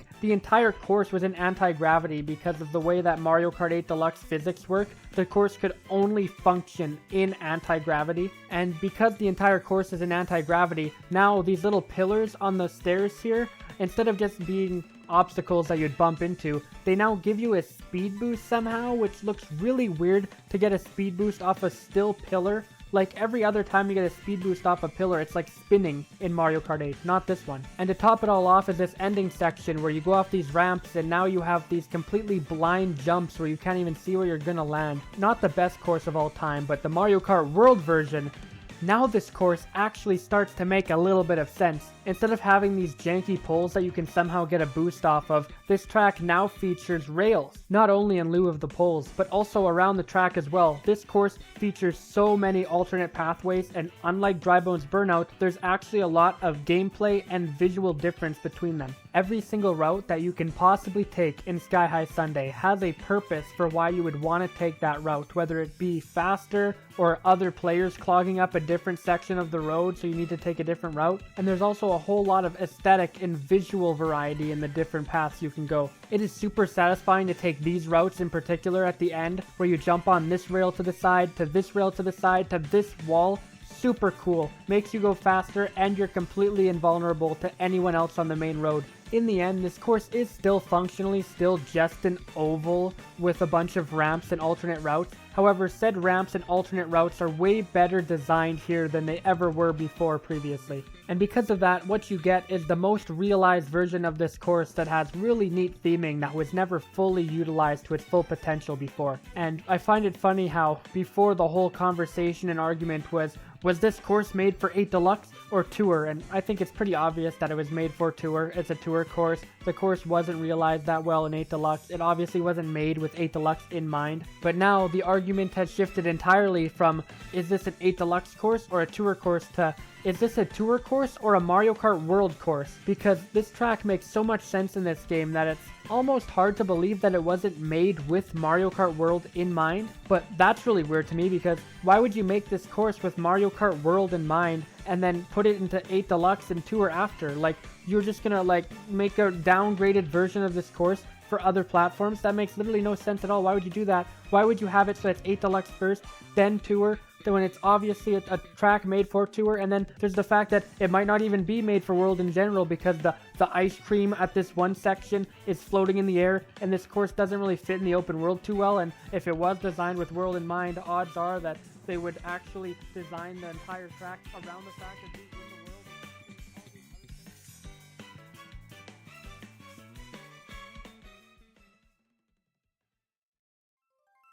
world. By all metrics, Acorn Heights should be one of my favorite courses in the entire game. This should be at the very top of my list. This should be an S tier, considering that this course is really similar to Wild Woods, and Wild Woods is literally one of my favorite courses in all of Mario Kart 8 Deluxe. Seeing all the footage for this course in the trailers, I was so excited to race on it, but after having done so, this course feels pretty underwhelming. And I've been trying to put my finger on why, because I should like this course. Like, it has this gliding section here. There's the acorns falling from the tree. The aesthetic is nice. This section right here where you have all these multiple routes is done extremely well. And every single one of these routes is worth taking. And it's really fun and well designed and well thought out and everything. So why don't I like this track as much as I thought I would? And I think I found out the reason why. This track is not paced well in the slightest. So let's take it from the top. Acorn Heights starts off with a drive up here, and then you take a glider ramp over this view before making it into what is definitely the best section of the course, in which you have all these different routes that you can take. And then you finish the course with this section with multiple different paths and acorns falling down them. Now you might be thinking, these sections all seem fine and dandy, what's your issue here? Well, first of all, this glider section is really boring, this entire drive to the glider, and I'm just really quickly going to pause right here and make a Wild Woods comparison, because Wild Woods also has a glider section that's supposed to be like the money shot of the entire course, and look how amazing it looks. There is detail everywhere here. There are Shy Guys in their village, all these different houses and flora. It looks beautiful. This section blew my mind as a kid playing this. Now let's quickly switch over to the Mario Kart World version, and I'm taking a screenshot from the best possible lighting that you can get on this course at sunset, the most beautiful it can look. And it still looks a little bit too empty and plain.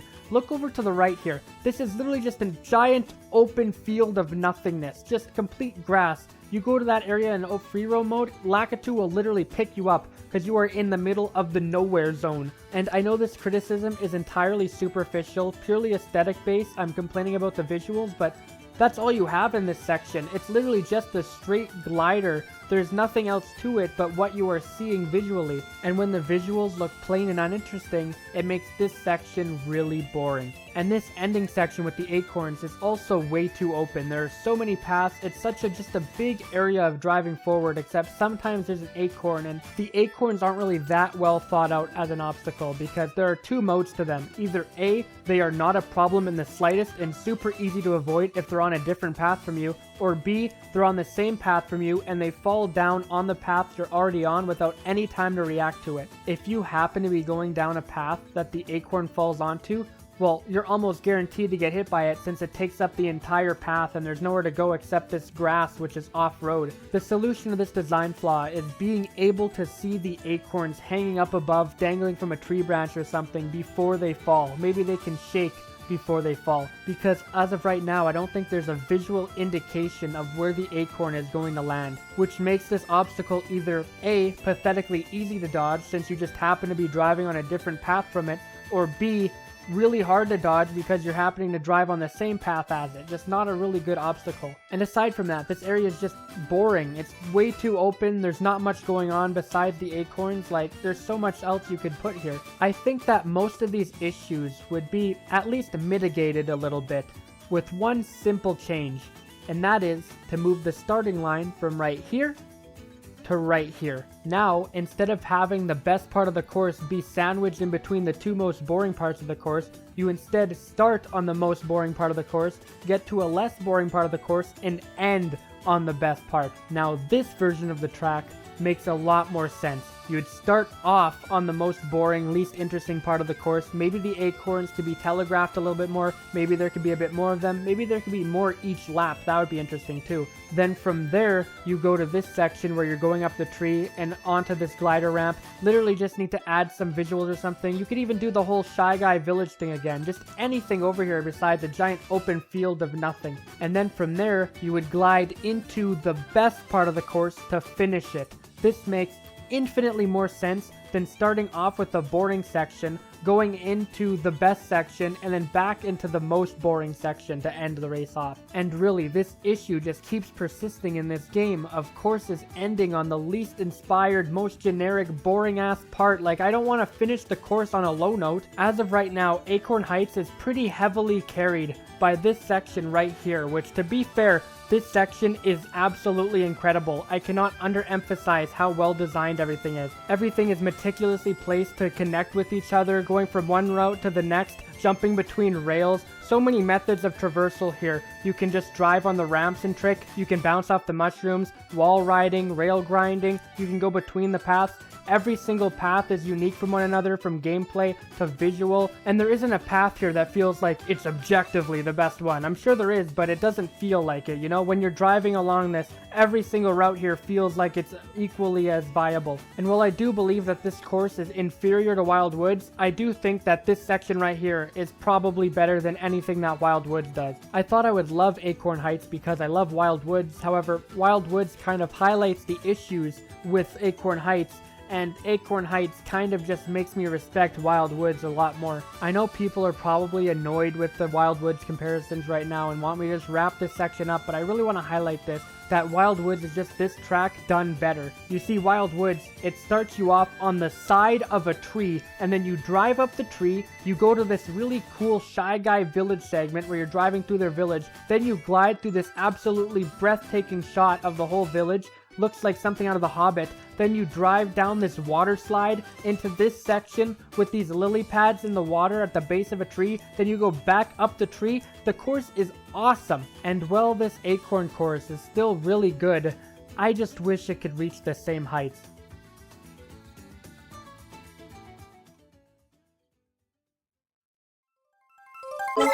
Alright, making our way into the top 10, we have Faraway Oasis, and so yeah, this course, I like Faraway Oasis because, okay fine, I'll talk about the freaking animals. Yes, I know, Faraway Oasis doesn't feature any animals on the course. Yes, the intermission on the way there does feature animals. I know I'm not factoring the intermissions in with the track design itself, but I do want to mention that the intermission on the way to Faraway Oasis, you are driving alongside like zebras and other African animals. But on the actual track itself, there are no animals present. They're all in the sidelines watching the race. And this is a major point of contention when it comes to Faraway Oasis. And on one hand, I understand that people would want animals on the course, like that seems like a no-brainer, but on the other hand, if people want animals on this track, you're gonna have to tell me where we're putting these things, man, because there's not a whole lot of room on this course for any animal obstacles. Like, you got the river here, you're not gonna put the animals in the water, are you? Like, maybe like an alligator or something over here. This part over here is also pretty filled with stuff. This is a high area, so I don't think it'd make sense for animals to be up here.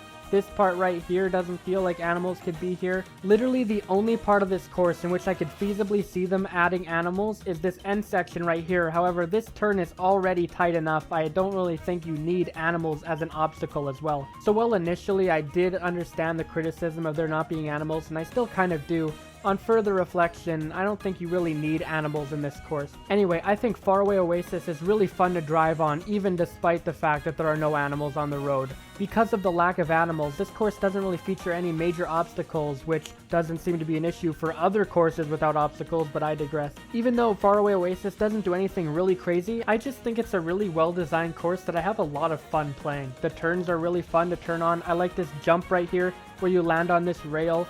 I like this part right here where you do a jump here, trick off the water, bounce onto this section, which is an alternate path. I like this ending section here with the waterfall. I like how it ends on a tight turn. It's just a really fun course. I don't know what else to say. The course really just doesn't have much downtime to it, you know? Like, I'm constantly having fun playing on this track. Also, did you know? Faraway Oasis in Mario Kart World was originally supposed to be DK Jungle Parkway from Mario Kart 64. This is a development that just happened recently while I'm making this video. This is taking forever to record, but on the website for Nintendo here, there was an icon of Faraway Oasis, like this sticker, and apparently the file name for that was DK Jungle Parkway, showing that this course was originally supposed to be DK Jungle Parkway, and I can see it.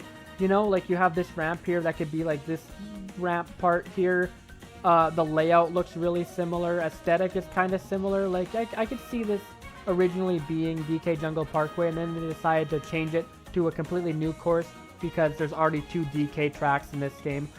And also, a new course would be more interesting. Same goes for Starview Peak. Originally, that was supposed to be Rosalina's Ice World, also evidenced by the same way. And that would explain why that course feels so half-baked. They probably rushed it out at the last second. The theming of this track is also really cool. I didn't actually realize at first that this is the first time in Mario Kart history that a track is being themed around an African savanna. I've never realized that. It's the same feeling I got when I realized that there's never been a savanna level in 2D Mario before Wonder. Also, finally, I like saying the name. Faraway Oasis.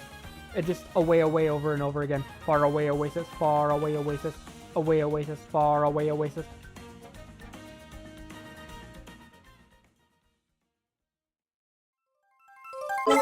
I don't know what exactly my favorite course in Mario Kart DS is, but it might be Airship Fortress. And when the Mario Kart 8 Deluxe Booster Course Pass was happening, I, along with many others, were disappointed that Airship Fortress didn't make an appearance. The Mario Kart Tour version of Airship Fortress is actually pretty good. The only issue I really have with it is the skybox not being the purple color it was in DS. Other than that, it's a really good remake. Inside the airship, you had this little like pub section where all of Bowser's minions are just drinking and hanging out. But instead, we ended up getting DS Mario Circuit in the Booster Course Pass. That being said, I am glad that we didn't get the course in the Booster Course Pass now, because this rendition of Airship Fortress is easily better, and it's my personal favorite version of this course. Everything from the DS version remains intact, but now with the addition of extra rail shortcuts, which are nice. I will say though, I'm not a big fan of this section right here with the rails. I feel like the place where you have to jump off here is a little bit janky, and if you stay on it for too long, you're just gonna get thrown into the wall. Not the most intuitive, however, I think the course makes up for that with this rail section where you stay on this rail, and then from here, right as you turn the corner, you jump to the next rail. That's really satisfying to hit. This section with these burners now have 2 rails here that you can jump between while avoiding the burners, and that's fun to pull off. Literally, like, the only issue I have with this track, besides the fact that this rail section is a little bit janky, is the fact that the pub that there was inside of the airship in the tour version has now been replaced to going back to the boring factory section. Like, we're making bullet bills. This is totally more interesting than Bowser's minions having a drink at the bar. Also, the crates in this section were removed, but like, do you honestly care about these crates? Like, let's be real here. Does anyone care that these crates were removed? Like, woo, you got rid of the boxes. Like, screw these boxes. Not much else to really say about this course. Just a better version of one of the better legacy courses in the series. Thumbs up. Avert approved.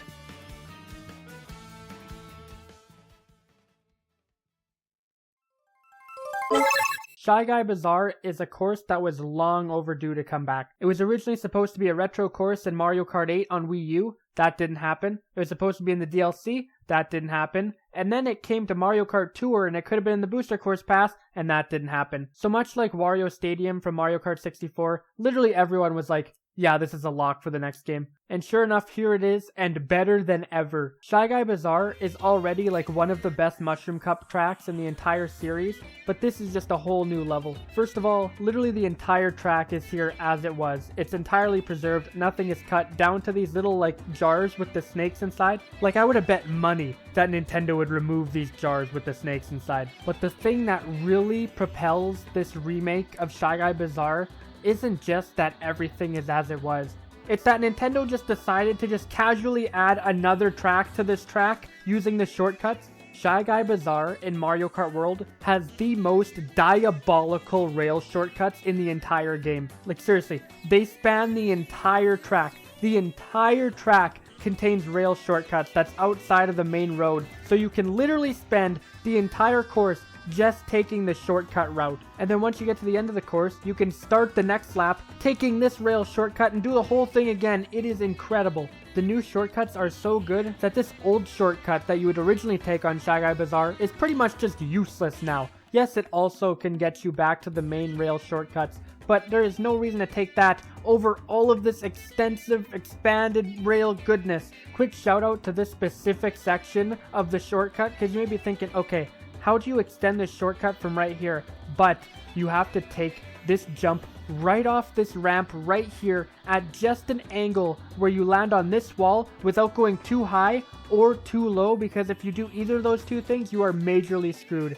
It is so difficult yet so rewarding when you actually land that. And also another quick shout out to this Daisy's Palace section of the course. Again, doesn't factor into my ranking, but I do want to give a shout out to this section because it's a completely new section. They didn't have to add it, but I will say that a lot of people are saying that this should be its own course.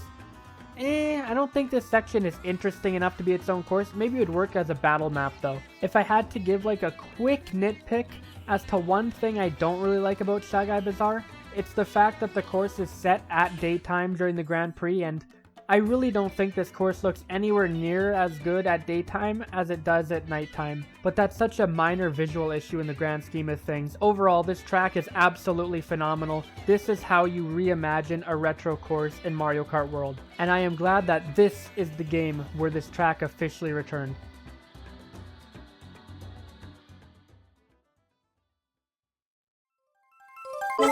So the last two courses we discussed are courses that are retro tracks that are much better in Mario Kart World than they would have been in Mario Kart 8 Deluxe. And now to close off this trilogy, we get Dino Jungle. Now, I and many others, again, were upset that Dino Jungle didn't come into the Booster Course Pass, and instead we got DK Mountain, which the remake for that was kind of iffy. That being said, a Booster Course Pass version of Dino Jungle would not have done it justice anywhere near as much as this. They turned this course into Jurassic Park, and that is perfect. Dino Jungle was a fan favorite course in Double Dash, but the main criticism that people had with it was that there was only one dino. It wasn't really helping matters that the name was Dino Jungle. Like, that's two dinos. Doesn't that imply there's more than one dino? Like, we know that every time a Mario Kart course has the same word used twice in a row, that there's two of that thing, right?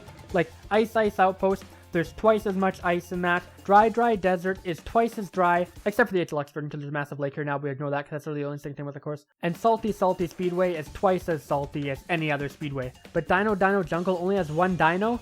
I personally never really cared too much about this because I thought it was pretty clever how they used this dino in two different segments as like a different obstacle. Like in the first section you find the dino stomping around, so you have to avoid its legs as an obstacle, but then you go around above and then you have to avoid its head on the bridge as another obstacle. I thought that was pretty clever. Also, there still were other dinosaurs, they were just in the background like these pterodactyls here. But in the Mario Kart World version, this place is infested with dinosaurs. You got dinosaurs on the way to the course, you still got this one stomping around but it's moving now.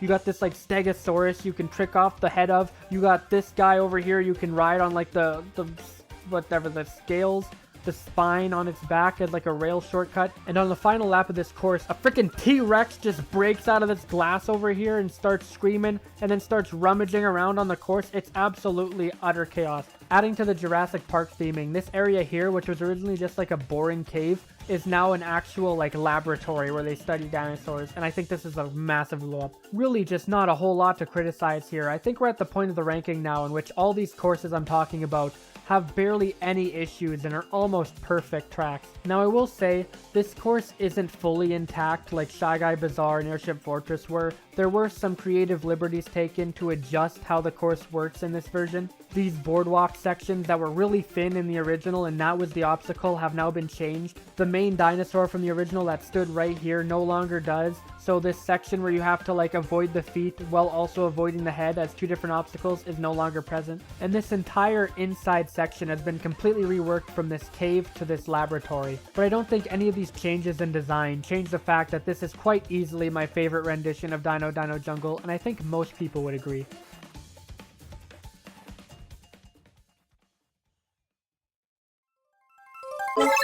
Alright, say it with me now.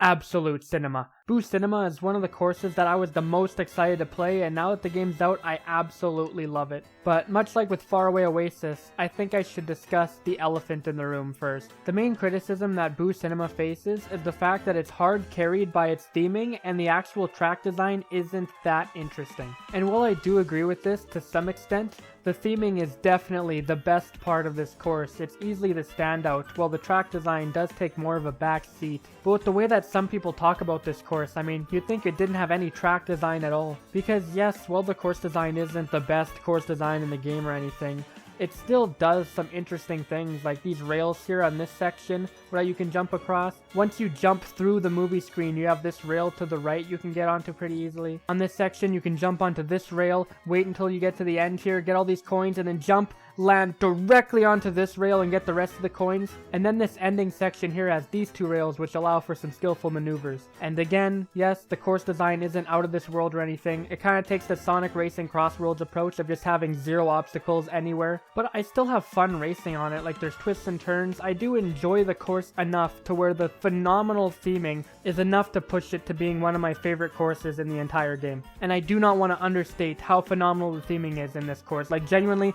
this is up here with some of the all-time greats in the series in terms of how well it uses its theming. Up there with your coconut malls, up there with your GBA ribbon roads, up there with your Super Bell subways, your Cheeseland, up there with like, I don't even know, up there with Waluigi Pinball, with Squeaky Clean Sprint. And while most of those courses I just named are better track design, I do think that Boo Cinema's theming does match those. I've been trying to think of ways to reimagine this course to make the track design more interesting, and the main thing I've come up with is to have more elements to this course outside of the movie theater itself. I think a good point of comparison here is DS Luigi's Mansion. Alright, that is one of the most fan favorite courses from Mario Kart DS, and the main appeal of it was the mansion. Let's quickly proceed to take a look at what this mansion entails. So you drive into the mansion, you drive down here, you turn right, you drive down here, then you got the kitchen table, and you're done.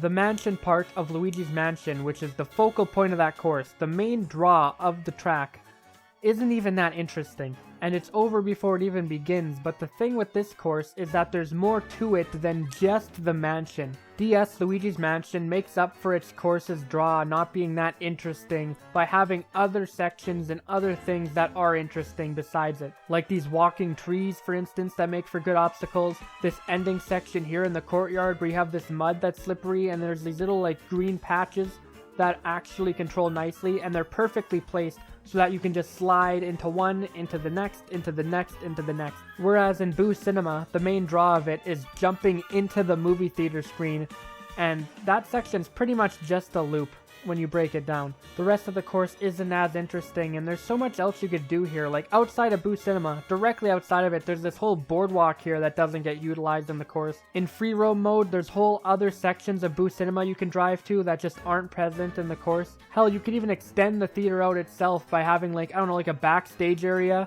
where there's all the film equipment or whatever. You can like glide through the boom mic or something. You can have an outside section similar to DS Luigi's Mansion, or you could do the simpler thing of improving on what we already have, because there's a bunch of boos in the background, but none of them are actual obstacles, they're just background elements. I could easily see them adding, for instance, a boo ballet right here that you glide through at the end. You could have some enemies on this part of the road right here at the beginning. Or you could do something interesting with the road itself. Like the entire road is made out of film roll. Like you can't just have like conveyor belt obstacles. Like there's a section right here where it's literally just a straight line for a good 5 seconds. You couldn't have put anything there? I guess what I'm really saying is that they should have turned this course into the movie floor from Luigi's Mansion 3. Also, really quickly, I have to give a shout out to this course's music. Both versions, they're both absolutely phenomenal. In the main theater area of the course, you have this like swing version of the music, which sounds like it was ripped directly out of like a spooky 1930s cartoon.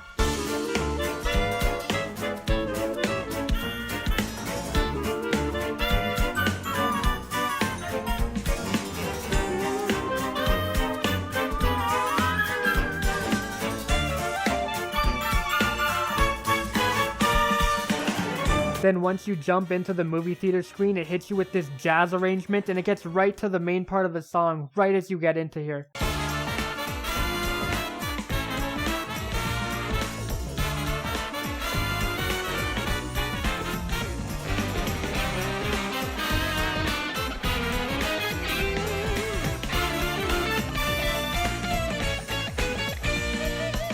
The music is just so good, man. But even with Boo Cinema's lack of interesting design in the course department, I still love it. I love playing on it, I have fun racing on it, and I love the theming so much that I have to put it this high. This is my list, goddammit. Anyone who tries to criticize where I put this course, I'm gonna get after you because odds are you like Koopa Troopa Beach because of its theming, and that course is literally a circle.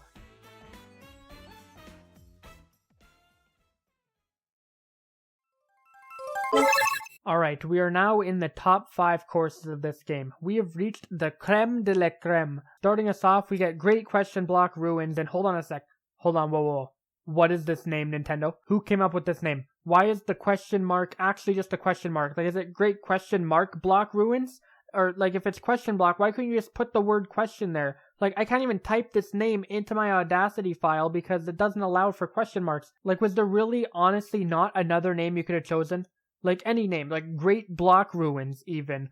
I don't know, Great Brick Ruins, something else other than this would have been nice. Anything else. That being said, the naming of this course doesn't ruin it. This is such an awesome track, man. Like, when we saw this shot in the trailer, we knew we were in for a treat with this course. This course manages to have really good theming while also having really good track design, which puts it above Boo Cinema for me. This course has so many different routes and shortcuts you can take. I think this course has the most diabolical shortcuts in the game. And there was a learning curve here. I remember I found this shortcut on this area here where you can dash right through the grass, and then there's a little ramp here, and this takes you to this area. But every time I took this shortcut, I'd end up falling right off the side, and I'm like, how am I supposed to not fall off the side? And then I clicked for me. Oh wait, there's a rail to the side here. I need to land on that rail. So I do the trick, I land on the rail, and it's really satisfying to go down. However, new issue, there's a shortcut that takes place on this wall, and I like hitting it every time.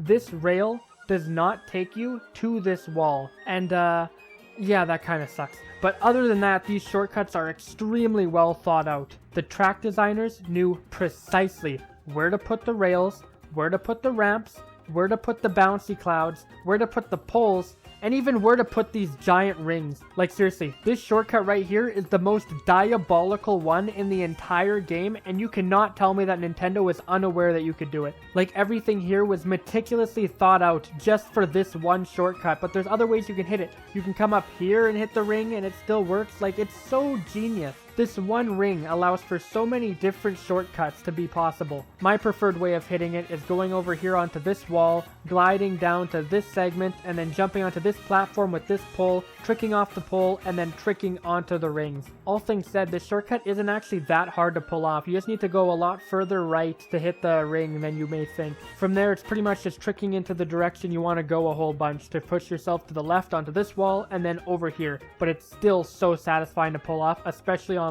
But even without all these extensive shortcuts near the end of the track, you also have this beginning section where you're inside of these ruins with all these blocks. And what is this, like some kind of Great Question Block Ruins or something? So yeah, one of the best courses in the game. Phenomenal theming, beautiful course at sunset, by the way, too. The visuals, I haven't really talked about the visuals in this game all too much, but this course in particular, being able to see Dino Jungle in the background as the sunset looms over, just looks so jaw-droppingly gorgeous. And on top of that, it also has some really nice track design and lots of really cool shortcuts, and it's all really thought out. It's just a phenomenal course. It's perfect, besides the fact that you can't go from this rail to this wall.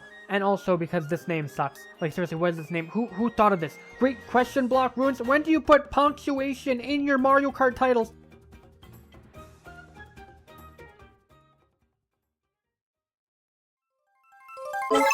Alright, now we're in the top 4. These are the 4 courses that I legitimately feel are just perfect.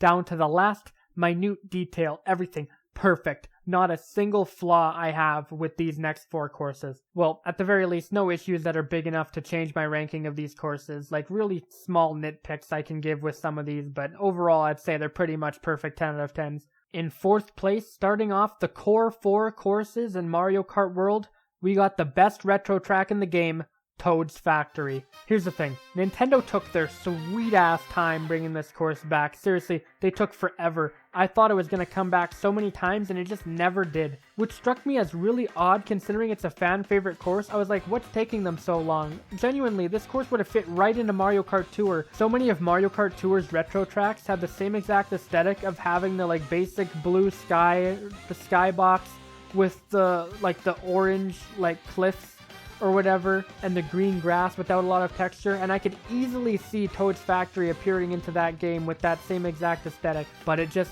never happened. So immediately this was another one where everyone was like, okay, it's coming in the next Mario Kart. It came in the next Mario Kart. And boy, am I glad it did, because this is easily the best version of this course. Anyone who tries to tell me that the Wii version is better, like, I get it's your opinion and all, but you're just wrong. I don't know what else to tell you. You are factually, objectively incorrect if you think the Wii version is better than this course. This version of Toad's Factory takes literally everything that was good about the original while adding new stuff. This is the textbook example of how you make a retro track reimagined and better. Okay, well, maybe not reimagined. They didn't really reimagine a whole lot. They just added on to what was already pretty good. The original Toad's Factory, I don't really have the strongest feelings on. Like, it's a good course and all. I just don't love it or anything. And to be honest, I think the main reason why I'm not a huge fan of Toad's Factory is because the course has never been remade, so playing the course means that you have to deal with Mario Kart Wii's bullshit. And now that this course gets to overcome the boundary of needing to play Mario Kart Wii to experience it, it is a lot better by default. This went for a lot of other Wii courses like Coconut Mall,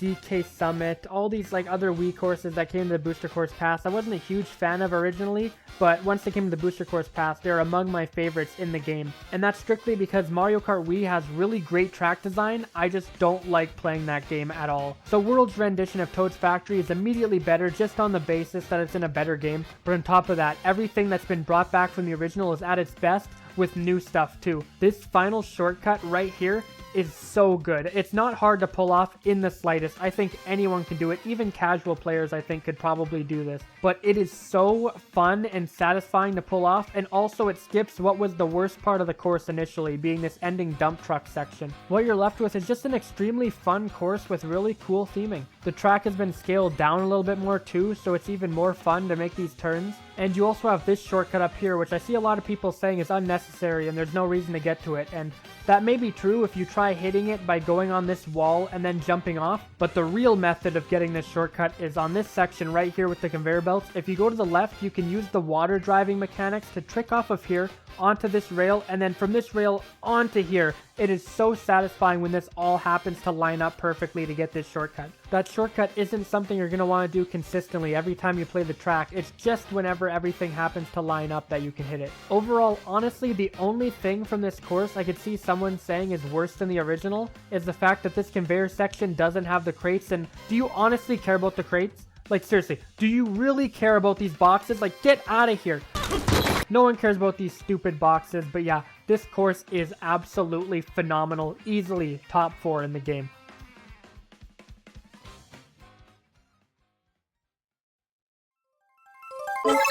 Alright, second in our Mount Rushmore of Mario Kart World tracks, we get to the top 3. These are easily, without a shadow of a doubt, the best 3 courses in this game. Maybe you have a different order for them, but I think most of us can admit these are the 3 best courses in the game, and if you disagree, you're just wrong, sorry. These 3 courses are among the best in the entire series. Starting us off at number 3, we have the best Mushroom Cup course in all of Mario Kart, DK Spaceport. And now, I don't exactly know what the best Mushroom Cup course in the series was before this point. It was probably like a coin toss between Toad's Factory or like Shy Guy Bazaar or something. But that question is now entirely irrelevant because it doesn't really matter which one of those 2 is better, because DK Spaceport is better than both of them combined. Well, the original versions at least. DK Spaceport is so much fun. Pure, unadulterated fun. It's one of those courses that you look at and you're like, how have they not done this already? Like, DK has had such a theming problem in the games. Like, he has 2 snow courses, the rest are like vaguely jungle themed, and then it took till Mario Kart 7, the 7th installment in the series, for him to finally get a course based off of his own jungle. But now, only now, finally, are we getting a course based off of the arcade Donkey Kong, and I don't know how it took this long. And I gotta say, this is one of, if not the best tribute to an arcade game I've seen in a modern game. DK Spaceport is a spaceport, a space station with rockets that is themed around Donkey Kong on the arcade. This is pure brilliance is what this is. And it's all done so well too. This is like a section course with around 7 sections or so, in which every single section has something new thrown at you. And I've seen a bunch of people try to say that this course is nothing but a bunch of straight lines or whatever, and that's why they don't like it. And I'm sorry, that's just insanely reductive. I swear to God, man. Sometimes it feels like the Mario Kart community literally just looks at the layout for any given course and then uses that to judge its value, worth, and merits and quality instead of the actual course design itself. Because no, this course isn't just a bunch of straight lines. These straight lines have stuff for you to do on them. Okay, so let's break this course down in full. You start off by driving to the spaceport, and on your way there you get to this glider shot where you see Robo DK taunt you before jumping its way up the course with the entire track looming in the distance. It really just shows you what you're in for, and then you make your way to what is ostensibly just the first section. The first section is also the simplest. Basically, you have to trick off these little bounce pads that make the sound from the arcade, the diddle-diddle. And you use these bounce pads to jump over these small barrels that are being shot at you through cannons. Literally just exactly like the arcade game. Then you take this sharp turn and make your way to the second section. This section has the same idea as the last one, but is a little bit more tricky because instead of using these bounce pads to jump over barrels that are coming towards you, you have these ramps with barrels going to the side on the ramps. This creates a really nice risk versus reward dynamic where if you want to take these ramps, it'll make you go faster. However, you'll also have to deal with these barrels, whereas it'll be a lot safer to not take the ramps but you go slower. Then we get to the next section, which is trickier than the last two. And I do mean trickier because you're going to be tricking on these rails up here. This is such a good introduction to the rail mechanic. I honestly think this is a better introduction to the rails than the rail track that comes right before this, as these are in a straight line and there's no punishment for falling off of these rails. Well, no extreme punishment anyway. The course is a lot faster if you take these upper rails, and if you fall off, you just go to this bottom layer, which isn't as interesting. And it is just super satisfying to just chain your way across all these rails from one end to the other and just back and forth. And if you do fall off, the game gives you this ramp right here to get back onto the rails. Just super well designed and well thought out. Then the next section, in theming with adding new mechanics each time, adds in the wall jump. Again, this is a really good introduction to the wall riding, which we didn't really see in the last 3 courses in the Mushroom Cup, although it's still skill based. If you're skillful enough, you can stay on the walls the entire time, but this is actually harder than you may expect because of this section right here. We have to really quickly jump off of this wall to go to the next. And again, there are several ways that you can utilize these walls. You don't just have to stick to the same path each time. Then after that, you make your way to the final section where Robo DK is throwing barrels at you left and right, and they're just bouncing all over the place. And these barrels can actually be trickier to dodge than you may think. Like, they're absolutely ginormous and their patterns are kind of erratic. But that's what makes this section so much fun and so intense. Like, it's not like the game ever forces you to get hit by one of these barrels. Like, you can always see where it's gonna go and you can always avoid it. It is super good. Such a good way to end the course, and you just drive right underneath Robo DK's legs to the finish line. Such a phenomenal track. And this goes for pretty much the entire track, but you can actually skip this ending section with the barrels by using these side rails, because if you take these side rails, the barrels can never hit you. However, this is not an instant win button because the track designers were absolutely cooking with this one, and this is all extremely well thought out. Basically, these side rails contain these little ramps on them, which ostensibly act as speed bumps because they send you into the air, and the airtime in Mario Kart World is really slow. So while taking these side rails will just avoid any damage, and you're pretty much entirely safe from everything except other racers. It is a lot slower than taking the riskier route, which is avoiding the barrels. Super clever design, and this goes for every other section too. If a challenge is too difficult, you can just take these side rails to avoid all these barrels. However, you're gonna be going a lot slower than the people who are actually risking it to take these ramps, for instance. And this whole risk-reward factor also ties into these shortcuts here. Since every section in DK Spaceport requires a turn to get to, that means that every single section has a shortcut following it. But said shortcut is actually tricky to take because you have this oil barrel and fire snake, I think, in the way, and both of those are from the classic arcade game as well. Such an ingenious way to bring back old mechanics from the arcade game and tie them into the course and the track design really well. Just as a phenomenal course. What else is there to say? It's a 10 out of 10 perfect track. Also, I cannot talk about this course without giving a massive shout out to the music that changes on each lap. You got the main theme, which plays on the first section, which is really good, and there's this saxophone solo that plays at the end. However, you're gonna get to the second section before it even plays, so most of you might not even have heard this full thing yet.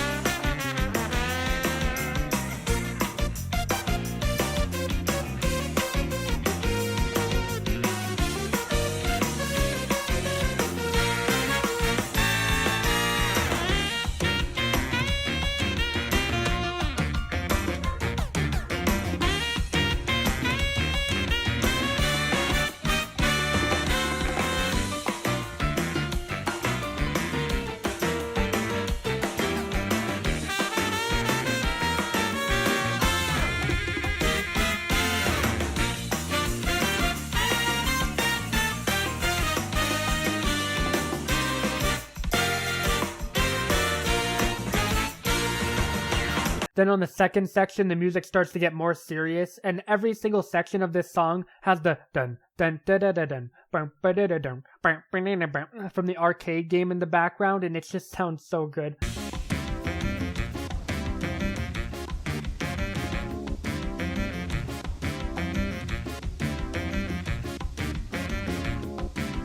Then on the next section, the piano comes in like...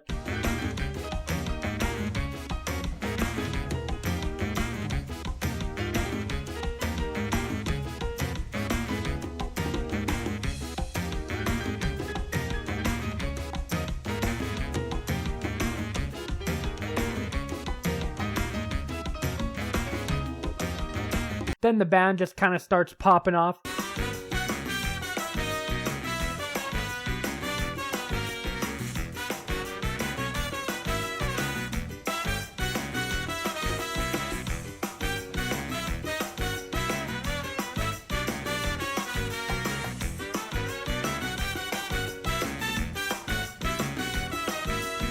Then on this section, the freaking guitar guy shows up.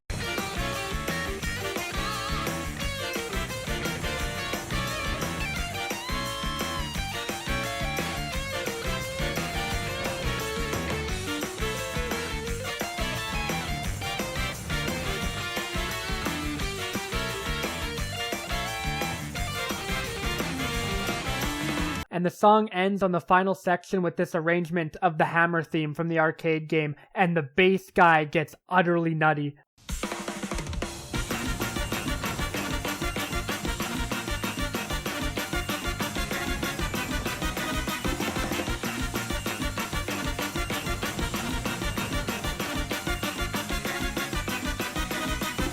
Honestly, might be the best new composition in this entire game. So in conclusion, DK Spaceport is perfect, one of the best courses in the game easily. I literally do not have a single issue, a single flaw with this track, and anyone who tries to reduce this course down to a bunch of straight lines is extremely stupid, and I'm about to reduce you into a bunch of straight lines in a second. I will literally strap you to this rocket and then come over there and smack you before it launches.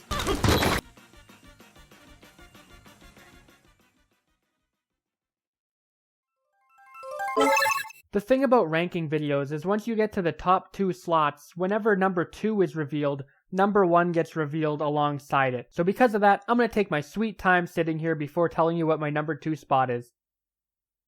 Okay, sweet time taken. In my number 2 spot, for the second best course in Mario Kart World, we have what is quite easily the best Bowser's Castle in the entire series. Granted, that's not the highest bar to clear, because I don't think there have been too many phenomenal Bowser's Castle courses in the series. Honestly, I think my favorite Bowser Castle course before this point, and yes I say Bowser Castle because it's a Bowser Castle and not a Bowser's Castle, I'm still pissed off of how they keep changing it every game, was the Booster Course Pass rendition of SNES Bowser Castle 3. That course was pretty much perfect in my eyes, perfectly paced, perfectly designed. You were constantly doing things. You were never having a moment of downtime on that track. Lots of turns right next to each other. These thwomps made for good obstacles. You can also trick off them at the end. Lots of different elevation. This opening section had alternate paths. This one was the quickest path. However, you might get hit by a fireball, so there was a nice risk versus reward there. And the course managed to do all of this while remaining really faithful to the original SNES version, both in the music that kept those orchestra hits, while also in the track design. For instance, you got this section here on the original where there were these walls here, except they were completely flat because they were on the SNES.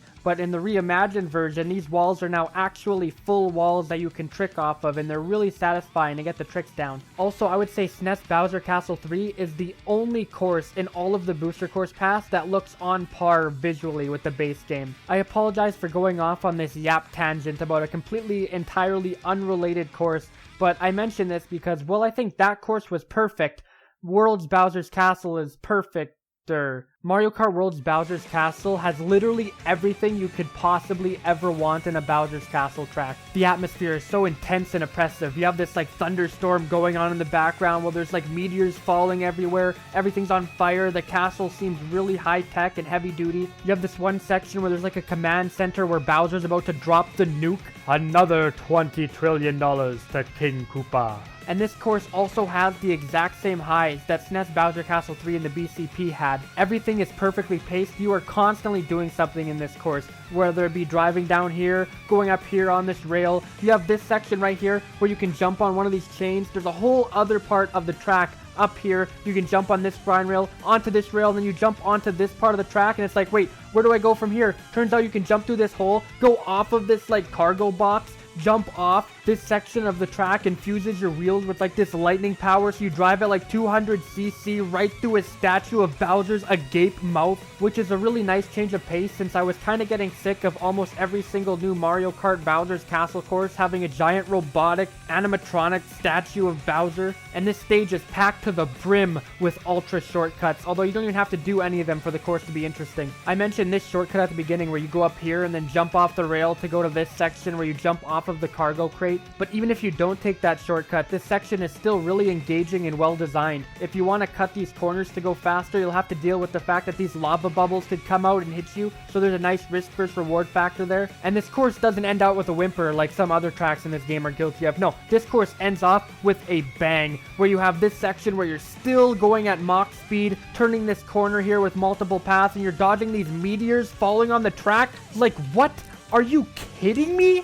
Are you kidding me with this track right now? And you may be thinking to yourself, yes, this course is awesome, but maybe it might be a little bit too overwhelming. But no, it never gets too overwhelming because this course is really smart in its design. This track makes sure to put two sections in which you're kind of just sitting still for 5 seconds or so to break up the pace 2 times, and they're both placed directly after an intense section. So right after this section here where you're either dodging these fireballs while making turns or you're taking this shortcut where you jump off the crate, right after that there's this section in which you're kind of just gliding through this tunnel for 5 seconds. This section gives you a chance to breathe and break the pace, but it's also not boring because visually it still looks really cool. Like, you have this fire tunnel here, then this lightning tunnel. I have no idea how any of this works, but it looks cool, so I'll give it a pass. And then right after this section where you're going extremely fast and you're jumping through Bowser's mouth, you have this section to breathe on this glider section where you're going forward. And I'm just gonna pause right here. Yeah, I'm gonna pause right here. This is how your glider straightaway should be looking. Not like this from Acorn Heights. It should be looking like this. Visually, this looks amazing. The lightning and rain and thunderstorm happening in the back, the meteors falling, the lighting, everything just looks absolutely stunning and breathtaking. Like, I don't even know what else to say here. This course is fucking perfect. Okay, well, I do have one minor nitpick. This is so minor that it really doesn't affect this course's ranking for me in the slightest, but I still want to point it out. I'm not the biggest fan of the fact that when you jump through Bowser's mouth statue, his teeth don't have a hitbox. Like, if you hit his teeth, you end up just going directly through them, and that feels a little janky. Like, you could have had it so that you could trick off the teeth maybe. Maybe it's an obstacle where if you hit the teeth, it'll slow you down. I don't know, anything other than just clipping directly through it would be nice. But even with that slight design flaw, I still think this course is just perfect down to the last detail. I have literally zero other problems with it. And with that, we now make our way to the #1 best course in Mario Kart World. I wonder what it could be.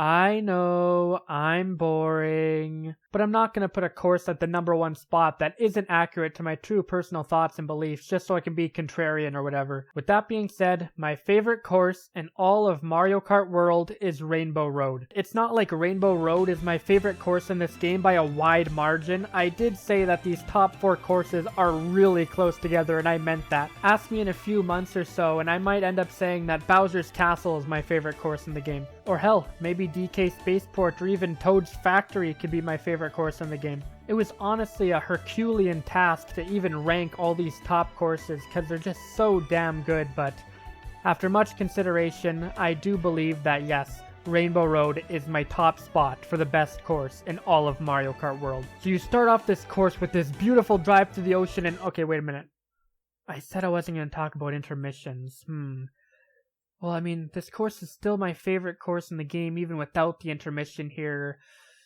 Screw it, I'm talking about the intermission, alright? This is my list. It doesn't factor into my ranking. I'm going to talk about it. So you start off Rainbow Road with this beautiful drive through the water behind Peach Stadium, and you're just going down, and you see this, like, pillar of rainbow light in the distance, and you're like, oh, we're going there. We're going there. And you just make your way up there, and then when you go up through the rainbow, you can literally taste the rainbow, and you make your way up, and then the screen goes pure white, and then you get greeted by Mario Kart World's rendition of Rainbow Road. Absolutely breathtaking. I love how the entire UI just disappears on this white screen, like it goes fully white, then transitions you into the course proper. The first lap isn't anything too crazy. It's your standard Rainbow Road fare. The track understands that most players who play this for the first time are gonna be in awe after the first sequence and didn't want to throw an extremely hard Rainbow Road at them right off the bat. So yeah, this first lap, it's solid enough. I still have fun on it. There's some bumps here, some turns. It's a solid enough first lap, but it's the second section onwards where the course starts to get real nutty. So after the first lap, you go on this glider section, and then you end up in here. Where are we now? Where's the rainbow? Where's the road? This is no rainbow or road. It's entirely just blue. It's like Nintendo saw all the complaints about 3DS Rainbow Road and the Booster Course Pass being a blue road, even though it literally isn't. And they decided, you know what? You want a blue road? We'll show you a blue road. And they made this entire section just pure blue. Besides this section being drop dead gorgeous, it also has some neat stuff from a gameplay perspective. Obviously, you can trick off the water or whatever. There's some shortcuts here, and it's really funny because this one water section of Rainbow Road, like this one lap of the course, is literally better than that water section from Starview Peak, and that was the most interesting part of that course, meaning that now, because of Mario Kart World's Rainbow Road, Starview Peak is even more worthless than it already was. Like, what is even this course? Putting aside Starview Mid, I do quite like this section. Both the visuals and music are extremely beautiful, and also it makes for a nice reprieve, calm before the storm area before you get to the third section. After you're done this water area, you have these two roads that you can jump between, and they both make you go at 200cc. You go extremely fast on these two roads, much like Bowser's Castle did. And I know I don't want to keep on bringing up Starview Mid, but you know, the two roads that you can actually go between, you can go from one road to the other road? Wow, what a concept! Anyway, after this, you get to another glider section, and you're probably going to wonder, where exactly are we going? The sky gets pitch dark, you're in the deepest recesses of space, and you see a space station in the distance. Yep, there's just a space station in the distance.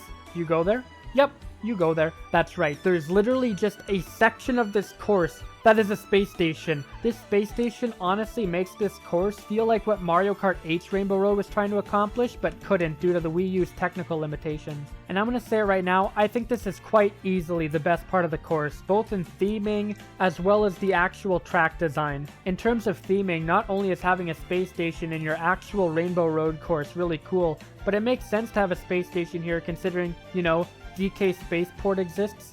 Like, there's a spaceport, of course they're going to have some rockets and space stations in orbit, but on the gameplay front, this is the most complicated that this course gets. You got these big rainbow thwomps as obstacles, there's like anti-gravity here, but the game doesn't like draw attention to it, it's just there. The turns here are really tight, really sharp, like 90-degree turns almost. Still not the hardest section of all time, but easily the most fun. Also, quick shout out to the music on this section, which features a really cool arrangement of the main theme of the game.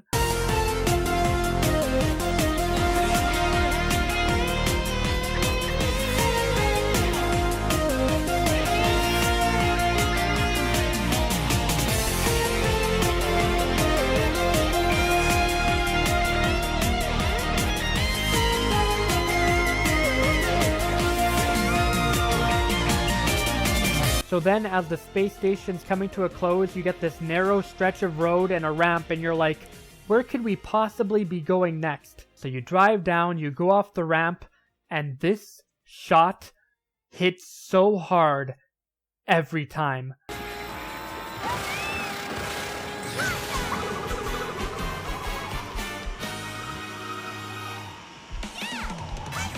Everything about it, the custom final lap jingle playing as you see the entirety of the Mario Kart World upside down, You're just flying through these circular rings. It's such a phenomenal shot. On top of that, you have this really bombastic rendition of the music popping off, and you can recognize some landmarks at the bottom like Peach Stadium, Bowser's Castle. Hell, Starview Mid finally has a purpose in this game, as it's one of the only 3 structures that are very clearly identifiable here. So damn good, man. And this final lap is really just a victory lap. It's just so good. You're going at 200cc. You see this train filled with different characters you saw, like Robo DK and the dinosaur, a tree. Then you glide through the endpoint, which is this giant circle. I absolutely adore this course. That being said, I could definitely understand why someone wouldn't be as enamored with this course as I am. The main critiques I see of Mario Kart World's Rainbow Road is that 1, it's a little bit too easy for the final course of the game, not much challenge to be found,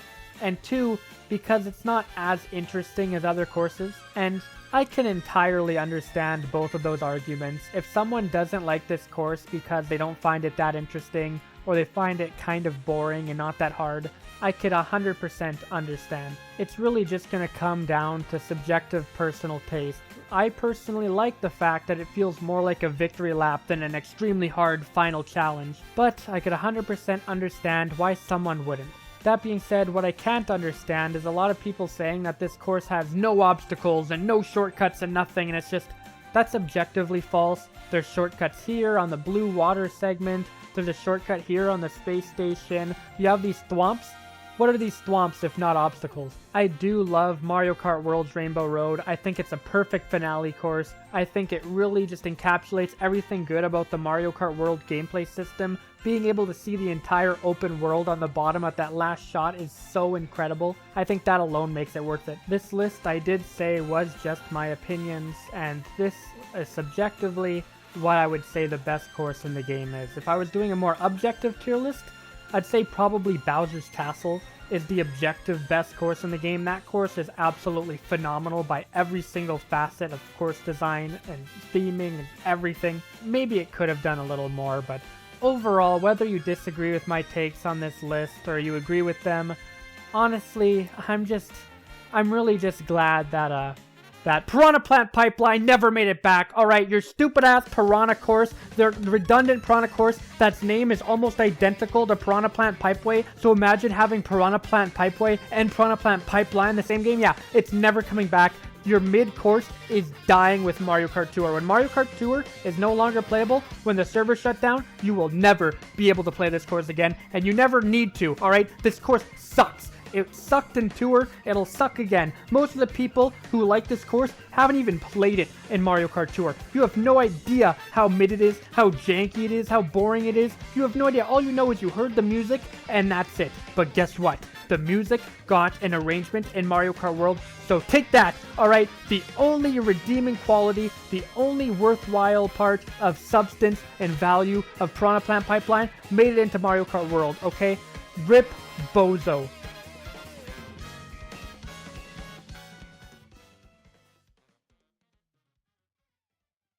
So that's my ranking of every single course in Mario Kart World. I know. The irony is not lost on me. I'm well aware that I specifically made this precise video so that I could quickly get a video edited and uploaded, so then I can focus on the Donkey Kong Bonanza video, which would take a lot longer, and now this video has ended up taking more editing time and effort than the Bonanza video will ever take. I know, alright? I didn't mean for this video to be as astronomically big as it's become, but I underestimated my power of Yap. That seems to happen a lot. I always think that, oh, I'm just gonna quickly make a video. This will be a low effort video. I can make it in like a week tops. And then it gets bigger. It gets bigger. I keep yapping. I keep editing. And then before you know it, this video is like, what, like an hour and 30 minutes long? I don't even know how long it's gonna be. Honestly, I haven't even finished editing this thing by the time I'm recording this segment right here. This video could be like 2 hours long. I have no idea. But, yeah. Sorry that it took so long for a video to come out. I did not expect this to be that big, but hey, you got a big video out of it. Good deal? I mean, if you like listening to me yap, it's a good deal, but yeah. If you're just here to hear my thoughts on Mario Kart World and its courses, then that's all. I've long exhausted everything I have to say, anything I could possibly say about Mario Kart World's courses. However, There are 3 things I want to talk about before I end this video that are unrelated to Mario Kart World. The first thing I would like to discuss is that there's been a lot going on in my personal life as of late.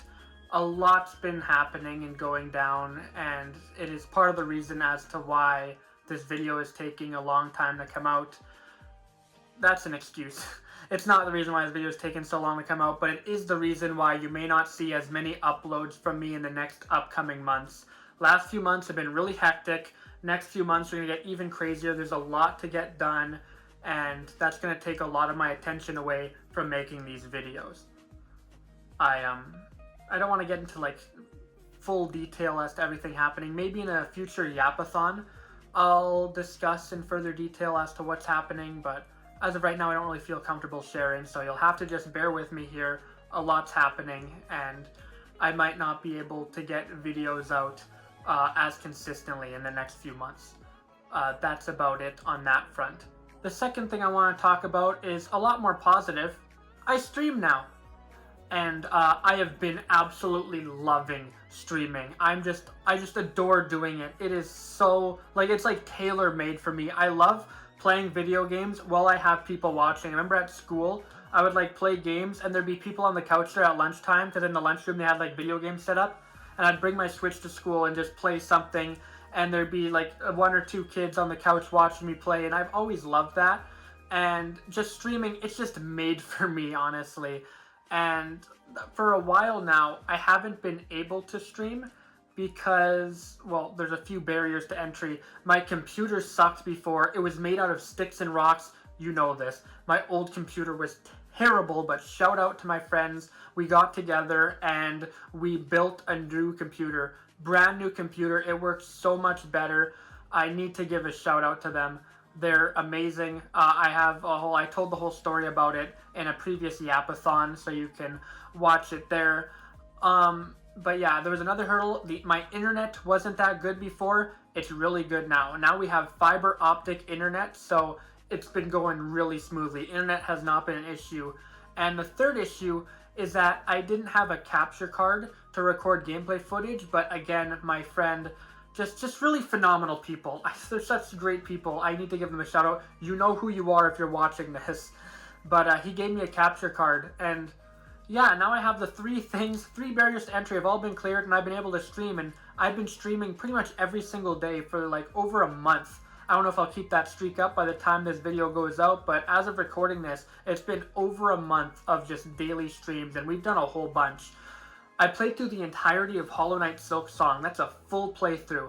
From the very beginning, starting up the game, all the way to the true final boss is all streamed, and you can see it here. I really enjoyed doing that playthrough despite the issues that I have with the game, but I'm not going to discuss all that. You can see my thoughts in this stream playlist. I'll have it, it's in my playlist somewhere. It's the full playthrough. It's like 14 parts, almost 80 hours of VOD footage to go through if you're a maniac. But you can also skip to any parts that you're interested in seeing my reaction to. I played through some full games before. These range from like shorter games like Luigi's Mansion or Sonic Mania, which you could easily do in one stream, to playing the entirety of Cuphead in one stream. And I do mean the entirety of Cuphead, not just beating the game to completion. No, 100% completion. That means everything. All regular bosses, all expert bosses, all S ranks, all pacifist ranks, all DLC stuff, everything. Full 100% playthrough is up on my channel. It's a VOD. I had so much fun streaming it, even though it took almost 12 hours. Almost like went past YouTube's limit. YouTube limits you to only being able to stream for 12 hours, so that was a massive stream, but I really enjoyed doing it. Doing all these streams just really confirmed to me something, and that's what I'll be talking about in number 3. And now for the third and final thing I wish to discuss with you all. I don't usually do calls to action in my videos. I don't like asking people to like and subscribe or the usual. I know there's a lot of YouTubers where before you even start the video, like before they even get into anything, they're already like, make sure to hit the subscribe button, smash that subscribe button, absolutely annihilate the damn subscribe button, make sure to just punch right through your computer monitor to subscribe, and hit the like button and then do like a like goal. Like if we get 20,000 likes, we'll do even more content, even though you knew damn well that they were going to do more content anyway. I don't like doing that whole thing. And the closest I've done to that is sometimes I'd ask to subscribe at the end of the video, and also at the end of my videos I have like a thing that says subscribe if you want. It says that on the whiteboard in the back, but you can't even read that with my camera quality, so that doesn't really matter too much. But yeah, that being said, if you made it this far into the video, and you've not only been willing to just listen to me yap about Mario Kart for like over an hour, however long this video is, but you're also willing to listen to me yap about things unrelated to what the video is about, then I would really very much appreciate it if you were to subscribe, maybe like the video. And if you want, you don't have to do this. Keep in mind, you are under no obligation to do this. I have a Patreon set up. There are 3 tiers. There's $1, $5, $10, and you don't have to pay me money. You don't have to. I'm not going to lock anything behind Patreon. I have no plans of making like member exclusive content at any point. But if I get enough patrons, I think I'm going to put names at the end of the credits for everyone. I think that's what I'll end up doing. But keep in mind, you're under no obligation to give me money, but I do want to do YouTube as a full-time job eventually. I do want to do this as like a career, and right now that's kind of just a pipe dream. That's just a thought I have going on in my old noodle. I don't actually see that being a thing that happens. However, I want to do it.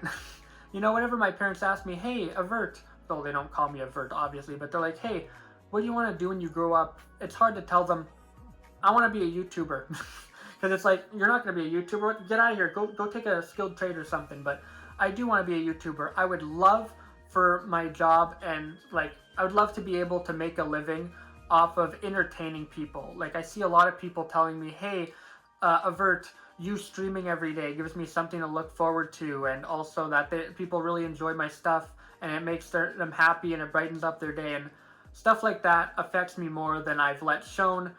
Even though I don't want to start like a parasocial relationship with anyone, but just know I really appreciate everyone who watches. Even just simply being here watching my stuff means the world to me. And if you want to, you can join my Patreon. I have Streamlabs open for streams for donations. I'm pretty sure for YouTube monetization, it's like you need to have 1,000 subscribers and like 4,000 watch hours. I'm almost at the watch hour requirement, but I'm not even close to that subscriber requirement. So again, I would very much appreciate it if you were to subscribe to the channel if you enjoy what you see. I have other content like this on my channel, not ranking stuff, but other Nintendo content, other gaming content, other content in general. And I do plan to make more of this type of content in the future. And you subscribing is me getting one step closer to fulfilling that dream I've had since I was a kid. I think I've went on for long enough. I think I've yapped long enough. Again, thank you wholeheartedly to every person who tunes in and watches these videos and my streams. It means the world to me. I would not be doing this if I didn't have anyone watching. And I will see you in whatever you decide to watch next. Have a great rest of your day, week, month, and year. Goodbye, everyone.